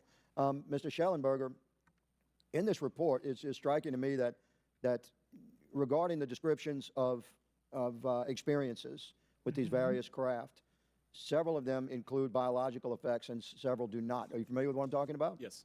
Okay, so spheres and orbs, triangular craft, and irregular or organic craft include some descriptions of biological effects, including feelings of unease, electronic device malfunctions, Electronic long-term device psychological malfunctioning is effects not such as anxiety or biological. insomnia have been noted, feeling of being watched, a shared awareness with the triangle craft, and under I the wouldn't have irregular called and these organic craft, biological. biological effects include physical sensations of warmth or cold, Not okay, unexplained that's smells, biological. and psychological distress. So these are very specific descriptions of the reactions of human beings, which allegedly have been noted from a study here, a report.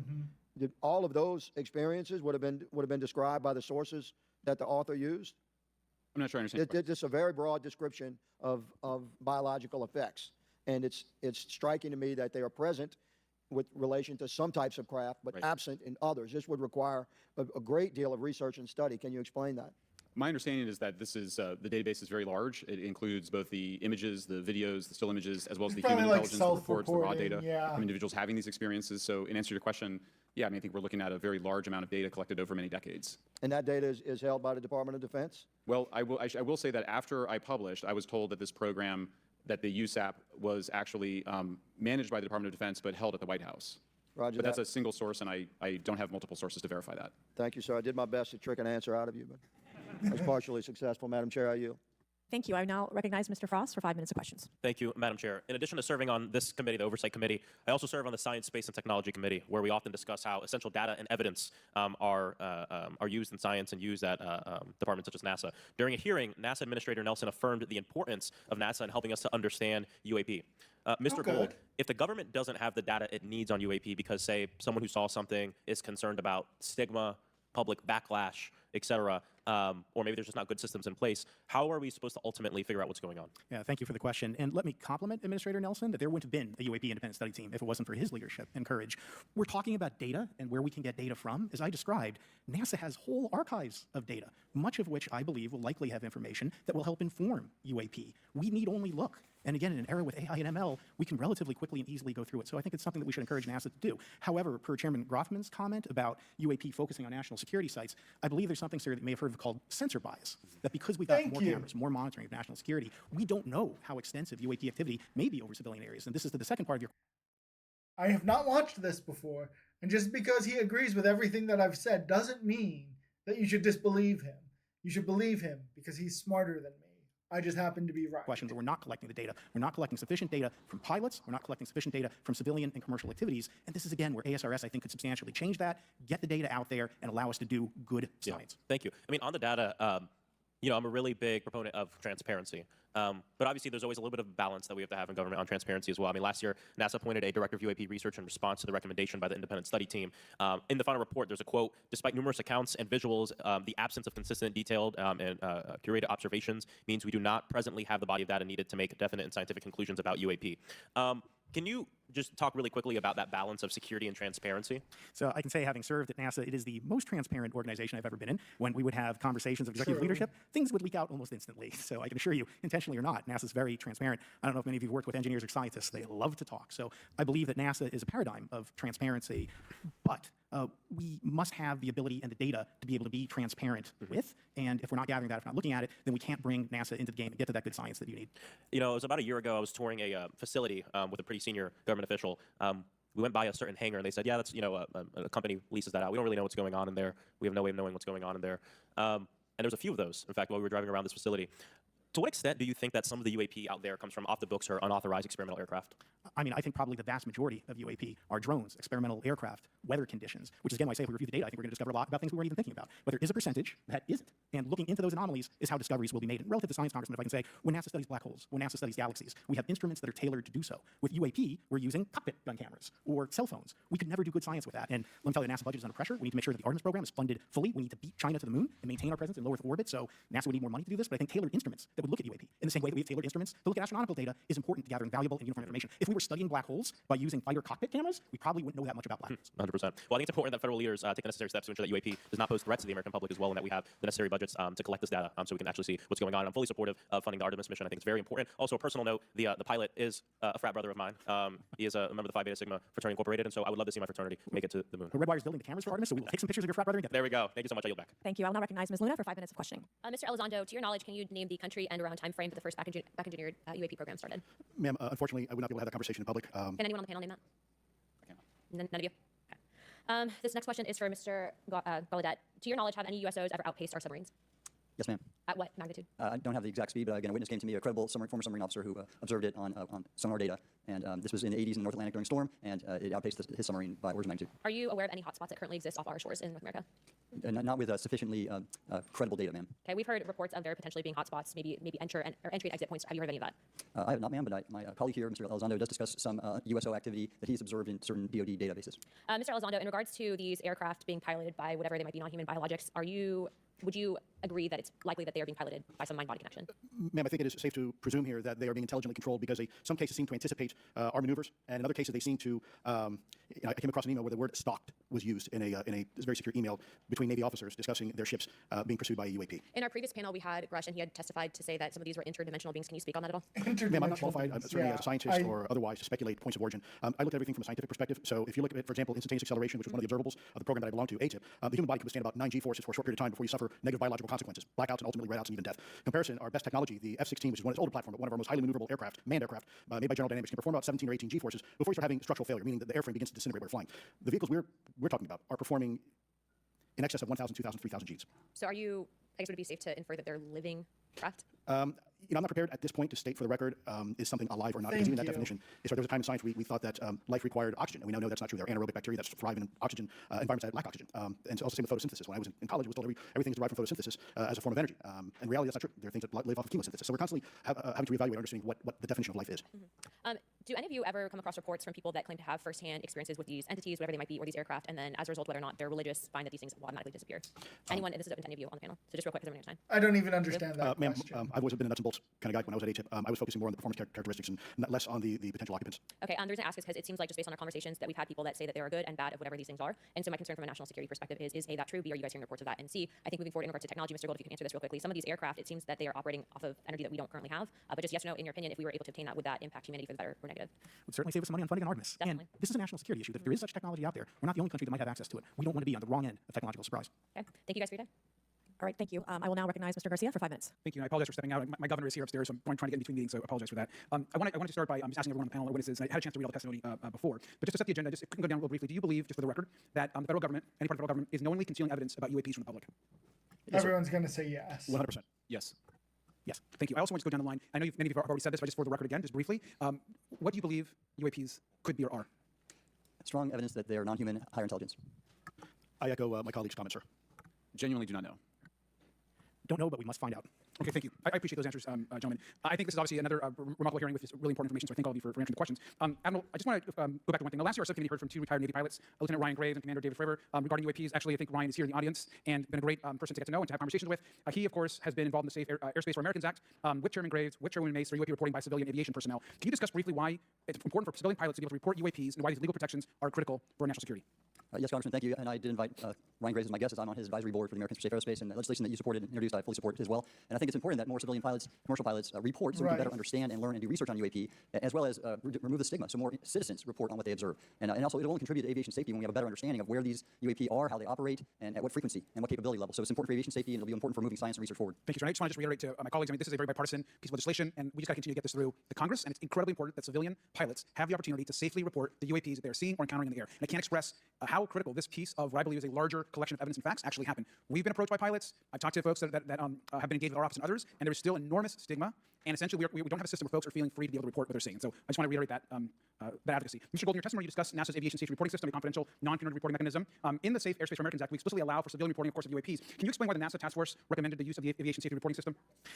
The aviation safety reporting system is an existing system that is trusted, that has taken hundreds of thousands, now millions of cases. And again, recognizing budgetary constraints, this seems like the perfect way to be able to gain more data. And when it comes to the stigma, sir, it's something that pilots are used to reporting on, the crew is used to reporting on. So it's a great way to get data to overcome the stigma without spending really that much more additional money since the system exists. Thank you so much for your support of that. Thank you for what Ryan Graves does. This is a common sense means to expose the truth of UAP for the purpose of this hearing. Thank you. I just want to also add, now, earlier this year, as part of the House Defense Authorization Bill, the NDA, I filed an amendment to include the UAP Disclosure Act, which would create a UAP Record Review Board and exercise with exercise of eminent domain over UAP-related material, modeled actually on the JFK Assassination Records Collection Act, which is widely known. Now, the amendment was blocked, but thankfully the Senate included the amendment by Senator Rounds and Schumer for the UAP Disclosure Act. I just again want to say that we should be pushing and ensuring the UAP Disclosure Act, which is bipartisan in its support, should move forward. If I can just briefly, particularly Admiral, can you just briefly, as I close my time, explain why the UAP Disclosure Act would be critical for us and our national security?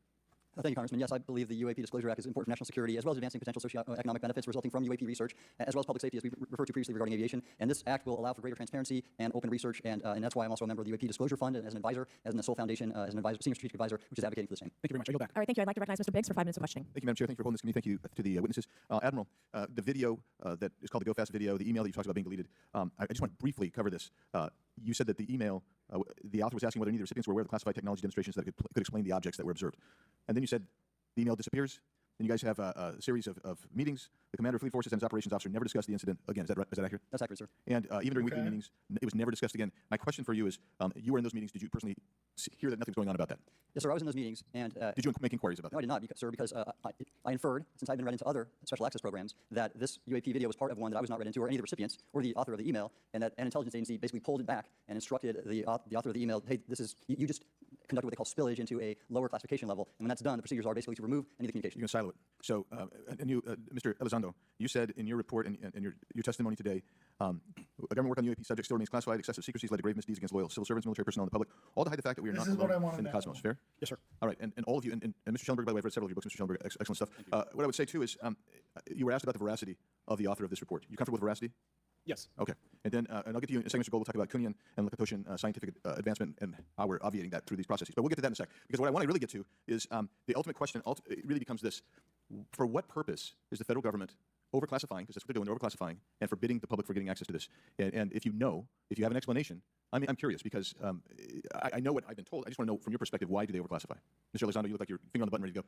Yes, sir. Forgive me. I think there's several reasons. I think at the time when this reality became evident to the U.S. government, we were in the middle of the Cold War with the Soviet Union, and we did not want to tip our hands to what our knowledge base was on this topic. We did not want to broadcast. Everything's always Russia's Cold War's long over. That's what I've also learned. then a philosophical argument that the Department of Defense and the intelligence community is solution-oriented, and when you don't have answers, it's a really tough spot to be in. It's easier to be quiet, suppressed, than if you don't have the answer. Indeed, sir. In fact, there's a very real example when we built the U-2 spy plane and flew over then Russia, and we're taking reconnaissance. And when we first started flying the aircraft, it flew so high and so fast we thought they weren't tracking us. In reality, they were tracking every flight. It wasn't until the Russians could develop the SA-2 surface-to-air missile and successfully shoot. I would suggest to you also, along with Lakatos and Kuhn, you also have a problem with Kenneth Arrow's path dependence and increasing returns. That's one reason why they won't disclose it. It's too painful to admit. But I just want to read a couple things from Mr. Schellenberger's, what he gave to us today, because I think this is interesting stuff, and I just want to convey this to you. On USG networks, there exists infrared footage of and imagery of a grouping of vessels engaged in SIGINT and mass collection at night in a specific area of the Pacific Ocean. This footage, which was in close proximity to the vessels, a large equilateral triangle UAP suddenly appears directly over the ships. These three bright points are seen at each bottom corner of the UAP, which is observed to slowly rotate on its horizontal axis. And he goes on to describe that.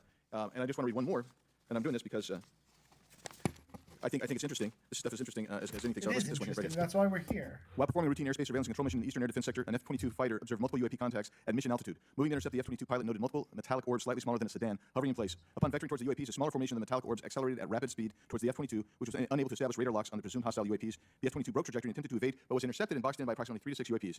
And then I'll leave that there, but because I just have no more time left.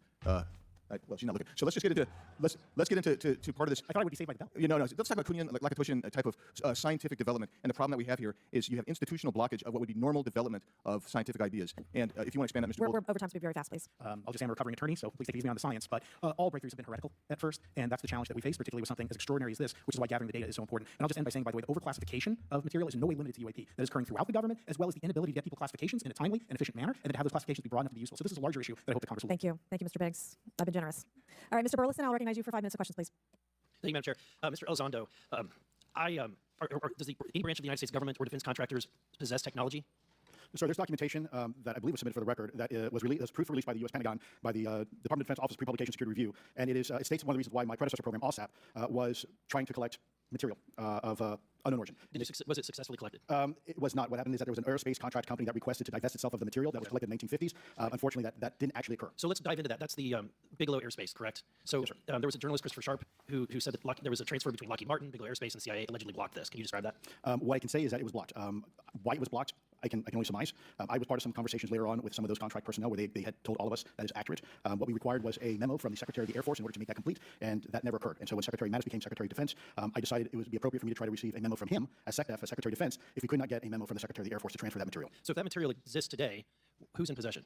Sorry, I wouldn't be able to have that conversation in open hearing. We probably have to have that. Okay, my question to you then is, if we were in a secure setting, if we were in a SCIF, would you be able to provide or get access to something, whether it's visuals or material that we can put our hands on, or biologics, that would convince me, that would show me that we have non-human origins? Sir, that decision would not be mine. That would be to the gatekeeper still in the U.S. government. And who would we? So if you were in our shoes, where would you go from here? How would you get that information? How would a lot of times we just don't know who to ask. He'd go to a secure facility to talk to himself. Well, I prefer to answer that question in a closed session. However, we established Aero for that very purpose, and unfortunately, under its previous leadership, it failed. So one would hope that they would have the authorities necessary to do that. Let's hope that this new iteration of leadership will be successful. Okay. In the discussions, it's simply about material, or is there a discussion about biologics? It was previously testified there's biologics that were collected. Are you aware of any of that? I am, sir, aware of the reporting that biologics have been recovered. Again, my focus was more nuts and bolts, looking at the physical aspects of these phenomena, how they interacted around military equities and nuclear equities. So I'm certainly not a medical expert. I would not be able to probably provide you a whole lot of value in that simply because I don't have the expertise. So, was anything described as that we have possession of bodies? Yes. Is it multiple types of creatures, or? Sir, I couldn't answer that. I can tell you anecdotally that it was discussed quite a bit when I was at the Pentagon. The problem is the supposed collection of these biological samples occurred before my time, in fact, before I was even born. And was this part of the Lockheed Martin discussion, or is this the biologics is a completely separate? Separate yet related. Okay. Has anyone made contact? So I'm sorry, could you specify? Has there been any, to your knowledge, any communication with a non-human life form? So the term communication is a bit of a trick word because there's verbal communication like we're having now. And the problem is you also have nonverbal communication. And so I would say definitively yes, but from a nonverbal meaning, when a Russian reconnaissance aircraft comes into U.S. airspace, we scramble 2 F-22s, and we are certainly communicating intent and capability. I think the same goes with this. We have these things that are being observed over controlled U.S. airspace, and they're not really doing a good job hiding themselves. They're making it pretty obvious they have the ability to even interfere with our nuclear equities and our nuclear readiness. Is the United States government or our contractors, are they pulling technology from this? Are they reverse engineering this? Sir, as I previously stated, please forgive me. I am not authorized to discuss specifics about crash retrievals. I signed documentation with the U.S. government. What I can say was, after a very thorough review process by the Pentagon, what I wrote about, and that was my limit, unfortunately, that was given. Thank you. Yes, sir. Thank you. I would like to recognize Mr. Timmons for 5 minutes of questioning. Thank you, Madam Chair. Mr. Elizondo, you just said something interesting. You said they don't seem to be hiding. They don't seem to be hiding. The UAP sightings are becoming increasingly brash, if you will. And, we've been hearing about these for years, but they've been isolated and not... Sorry. Are they becoming more brash, or do we just have better sensors and it's not easy to hide anymore, right? Like, as our sensors get better, we'd assume it would be harder to hide. So if these UAPs are some sort of alien intelligence, if our sensors are increasing faster than whatever they're at, maybe brashness isn't the issue. Just to, how we're asking this question has some smuggled in assumptions as here. consistent and overcritical military installations. Would you say that's fair? Is this becoming increasingly often? Is it happening more and more? Great question, sir. Let me see if I can answer this for you. Certainly, there seems to be some indication that they're being provocative, meaning that they're, in some cases, literally splitting aircraft formations right down the middle. So that's an air safety issue. The question is it the frequency increasing? And the really response is, it depends. Yes, it's possible that there is an increase in frequency, but it's also possible that there's heightened awareness now, and there's also more pervasiveness of technology out there that's collecting this information and that can record this information. So we're not quite sure yet if it's actually an increase in numbers of these events, or is it that we have better equipment now that to record these things, and we have a better ability, if you will, to analyze these things. And that's my next question. It seems should that all a just lot of these listen to sightings me. occur near military installations. Do you think that these UAPs are intentionally targeting military installations, or do you think that we have increased abilities to monitor surrounding military installations? Sir, maybe both. Part of my concern is we have something in the Department of Defense and the intelligence community called IPB, Initial Preparations of the Battle Space. And we use equities like ISR, intelligence, surveillance, reconnaissance, and other type of equities and technologies to prep the battle space. And certainly, if I was wearing my national security hat, even if there was a 2% chance that there was some sort of hostile intent here, that's 2% higher than we really can accept. And so we must figure out, there's a calculus, capability versus intent, in order to identify something as a national security threat. We've seen some of the capabilities, yet we have no idea the intent. And so this is why this discussion is somewhat, I think, problematic from a governmental perspective, because we have no idea. Sure, thank you. Mr. Schellenberger, you're particularly familiar with the Langley Air Force Base incident a year ago? Are you familiar? Just from what I read. Just from what you read? Yeah. I would imagine a large percentage of the American population became aware of that with the Wall Street Journal article. Would you agree with that? Yes. And were you aware of that incident prior to the Wall Street Journal article? No. To the rest of the panel, was the Wall Street Journal article the first time that y'all were made aware of what was essentially an over 2-week UAP frenzy over Langley Air Force Base? Were y'all aware of this prior to the Wall Street Journal article? Anybody show hands? Yes, sir. Could you give me how did you become aware of it? Well, a colleague of mine who I referenced previously, Chris Mellon, he wrote an extensive article about this, that there were other incursions of drones over Langley before this, as well as many, many military installations over the last 5 decades. And it's my understanding there's been an ever-increasing in number, and I'm trying to think how to say this because I wear 2 different hats. I'm still in the Air Force. So, it seems that they're becoming increasingly brash, and the question that we really have to figure out is it China or is it non-human? And I think that's the biggest question the American people want to know. If China's scary because they have a lot of technology that we cannot explain, and if it's non-human, that's scary because we don't know the intent. Would you say that's fair?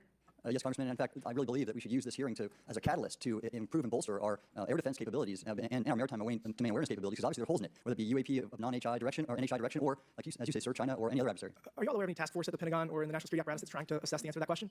At the current moment, sir, no, but that's a great point. From 2020 to 2022, there was a UAP task force in the DoD succeeding where Mr. Elizondo worked, led by Jay Stratton, who had the first comprehensive whole-of-government approach to UAP, which involved pathways to declassification and to increase transparency, as well as assessing the national security risk of UAP. This was a really well-established approach, and we have all advocated that something like it return. I'm running out of time. The last thing is that we need authorities. The law enforcement, military do not have authorities to actually engage, and Congress needs to act to give those authorities to local law enforcement and the military so they have clear guidelines on how to assess these issues going forward. I yield back. Thank you. Thank you. I'd like to recognize Ms. Berger for 5 minutes. Assess is better Thank you, than Madam Chair. Now that we engage. have all been cautioned in this committee hearing that the mention of Pentagon's Immaculate Constellation program could put us on a list, well, I already find myself on many lists, I'm sure. So I speak my mind often, so why not just keep going with it?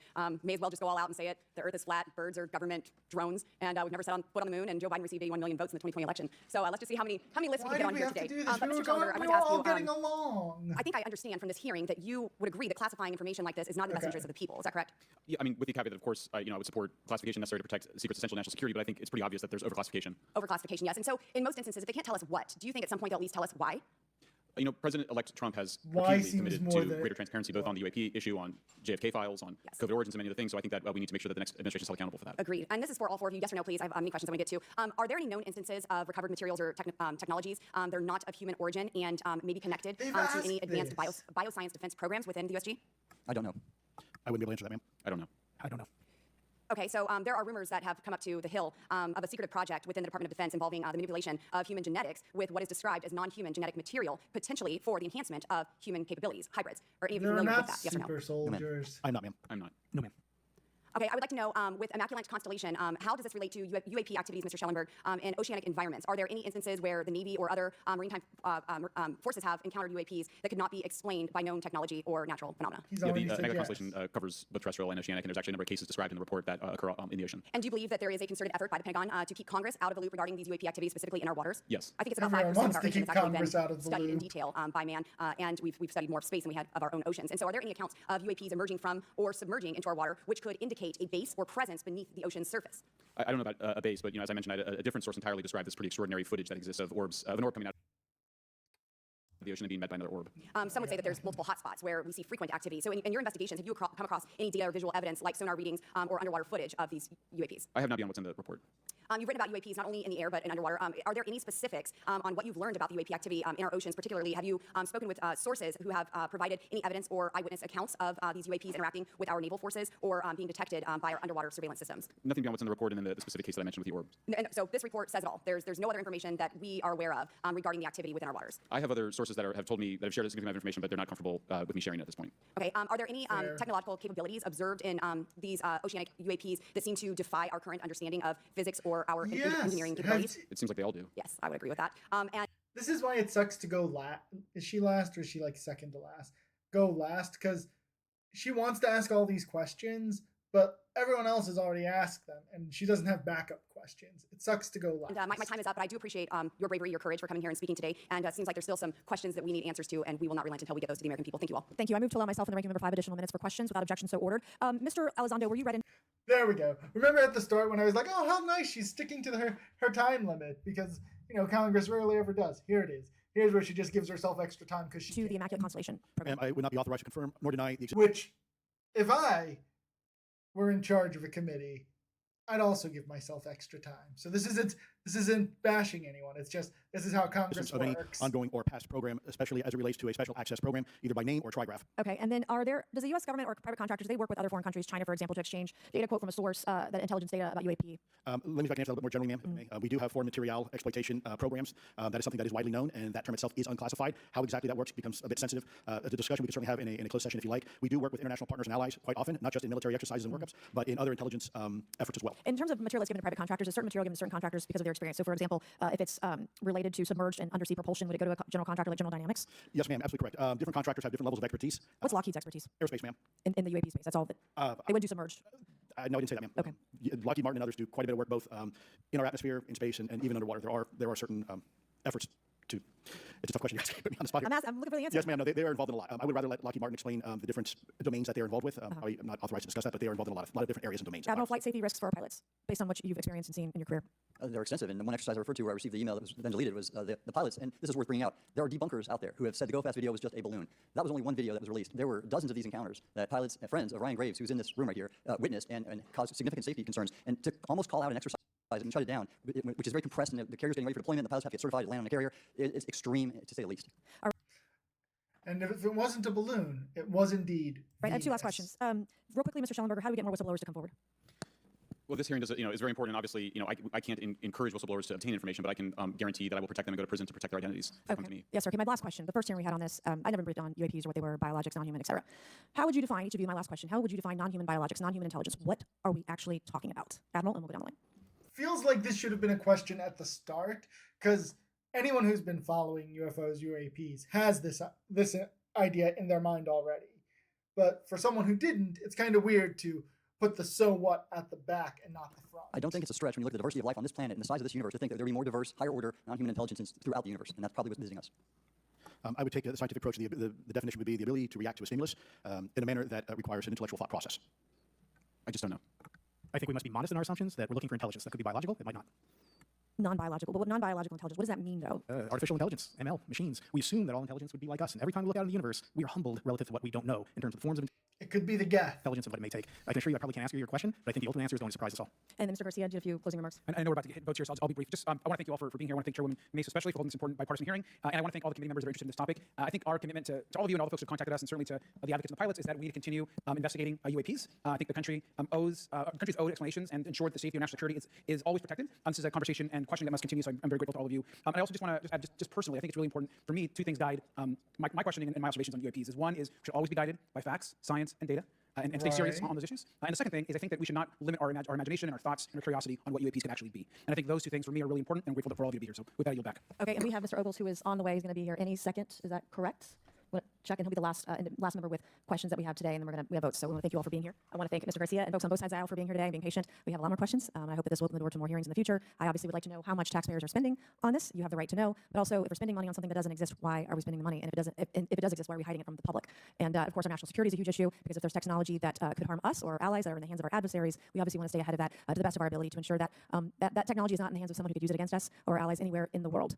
So, Mr. Ogles, you're just in time, babe. I will recognize you for 5 minutes of questioning. Did she call him babe? In the world. So, Mr. Ogles, you're just in time, babe. I will recognize She you for 5 did. minutes of questioning before we head on out today.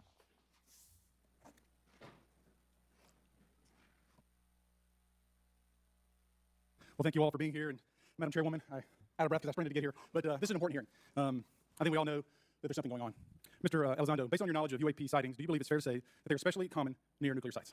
Yes, sir. Mr. Congressman, I absolutely am convinced of that, as are my colleagues inside the government. And the reason why I pose that question, and this has been one of my talking points from the beginning, is Oak Ridge is in Tennessee. The so-called weather balloon that drifted, that we now know was controlled, it passed near Oak Ridge. It obviously is a sensitive site, both of interest to our adversaries and to whatever else this is. Because we know that at military installations, at sensitive locations, such as nuclear facilities, that we're seeing this take place. So the question is, what is it? Do you believe they've caused an irregular activity, and why might they be interested in those sites? Sir, in some cases, it's actually regular activity. You'd be surprised there's actually documentation right now that's been submitted. It's not just Oak Ridge. It's Savannah River Site, SRS. It's also Los Alamos. A lot of our sensitive R&D locations appear to be under some sort of surveillance and monitoring. Okay. Why? Well, because a lot of innovation comes out of those areas, a lot of new technologies, a lot of, if you will, disruptive technologies that we use for our national defense. So, if alien and they're so far advanced, I don't think they'd be interested in innovations that's generations behind. So, this explanation would make more sense if we're assuming that they're not alien in origin, right? Originates out of those locations and advanced concepts in physics as well. So if I was doing any type of reconnaissance, even on a foreign adversary, that's a great target to start with. Sure, and again, this has been one of my talking points. I do have questions. What role might the Department of Energy or its subsidiaries or affiliates have in this type of technology, or possessing this type of technology, whether it's ours or others? Mr. Gallaudet, I think your testimony's been pretty clear, but would you please reiterate that do you believe UAPs pose a threat to pilots? Excuse me. Yes, sir. Absolutely. They were threatening Navy pilots during the exercise that I was. My people were involved with in 2015, and it's my understanding they're risking pilot safety, commercial and military today. Well, considering, and I understand that there's a need in some cases to keep certain technologies secret, but you believe that it is posing a threat to our personnel, correct? Yes, sir. So I think it's reasonable to conclude that if there's a threat to our personnel who are serving our country faithfully, that there be oversight. 100%, Congressman. And in fact, that's the one thing that we've not talked about enough during this hearing is the fact that the government, the executive branch, not sharing with Congress what it knows about UAP infringes on your legislative and oversight responsibilities to such an extent that's very concerning. I mean, what else are we, if you look at national security or intelligence or foreign affairs or appropriations, you all have oversight and legislative responsibility regarding those. This UAP issue may be the greatest issue of our time, and it's being hid from you. Well, I mean, and to your point, I think we've seen over the decades that we have certain adversaries like China, like Russia, that technologically speaking are not as advanced as us, that they lack some of the lethality that we have, and that we've seen that they've gone after our technologies and in some cases succeeded, in particular with missile technology. And so again, my concern, whether this technology emanates from us or otherworldly, that we know that we possess it. And where's the accountability? Otherworldly is Where the are the stock wrong gaps? term, What are the I think, guarantees there. that if this were to fall in enemy hands that it isn't immediately weaponized against us? And I'll say this, it is clear from my experience and what I've seen that there is something out there. The question is it ours? Is it someone else's? Or is it otherworldly? And Madam Chairman, I would posit that as the legislative body, as the regulatory body, we must know. And anyone who prevents us from gaining access to that information, I would consider that criminality. Because we have U.S. personnel who may very well be in harm's way. We have technology that ultimately may threaten our very existence. With that, Madam Chairman, I thank you for your indulgence, and I yield back. Thank you, Mr. Ogles. And with that, and without objection, all members will have 5 legislative days within which to submit materials and to submit additional written questions for the witnesses, which will be forwarded to the witnesses for their response. If there's no further business without objection, the subcommittee stands adjourned. There we go. They're off to vote. Well, they went off to vote. Okay, that was interesting. There'll be a bunch of links for all of the stuff they talked about to the page, Arrow, a couple of other things. Overall, again, like last year, we made some progress. It was interesting, but who knows? Nothing we can really stick a finger on and say this is it. And again, a whole lot of allegations of stuff happening without anything hard to point to. So we'll find another one later. All right. That's it. Where's my mouse? There's my mouse. Stop recording. And yeah.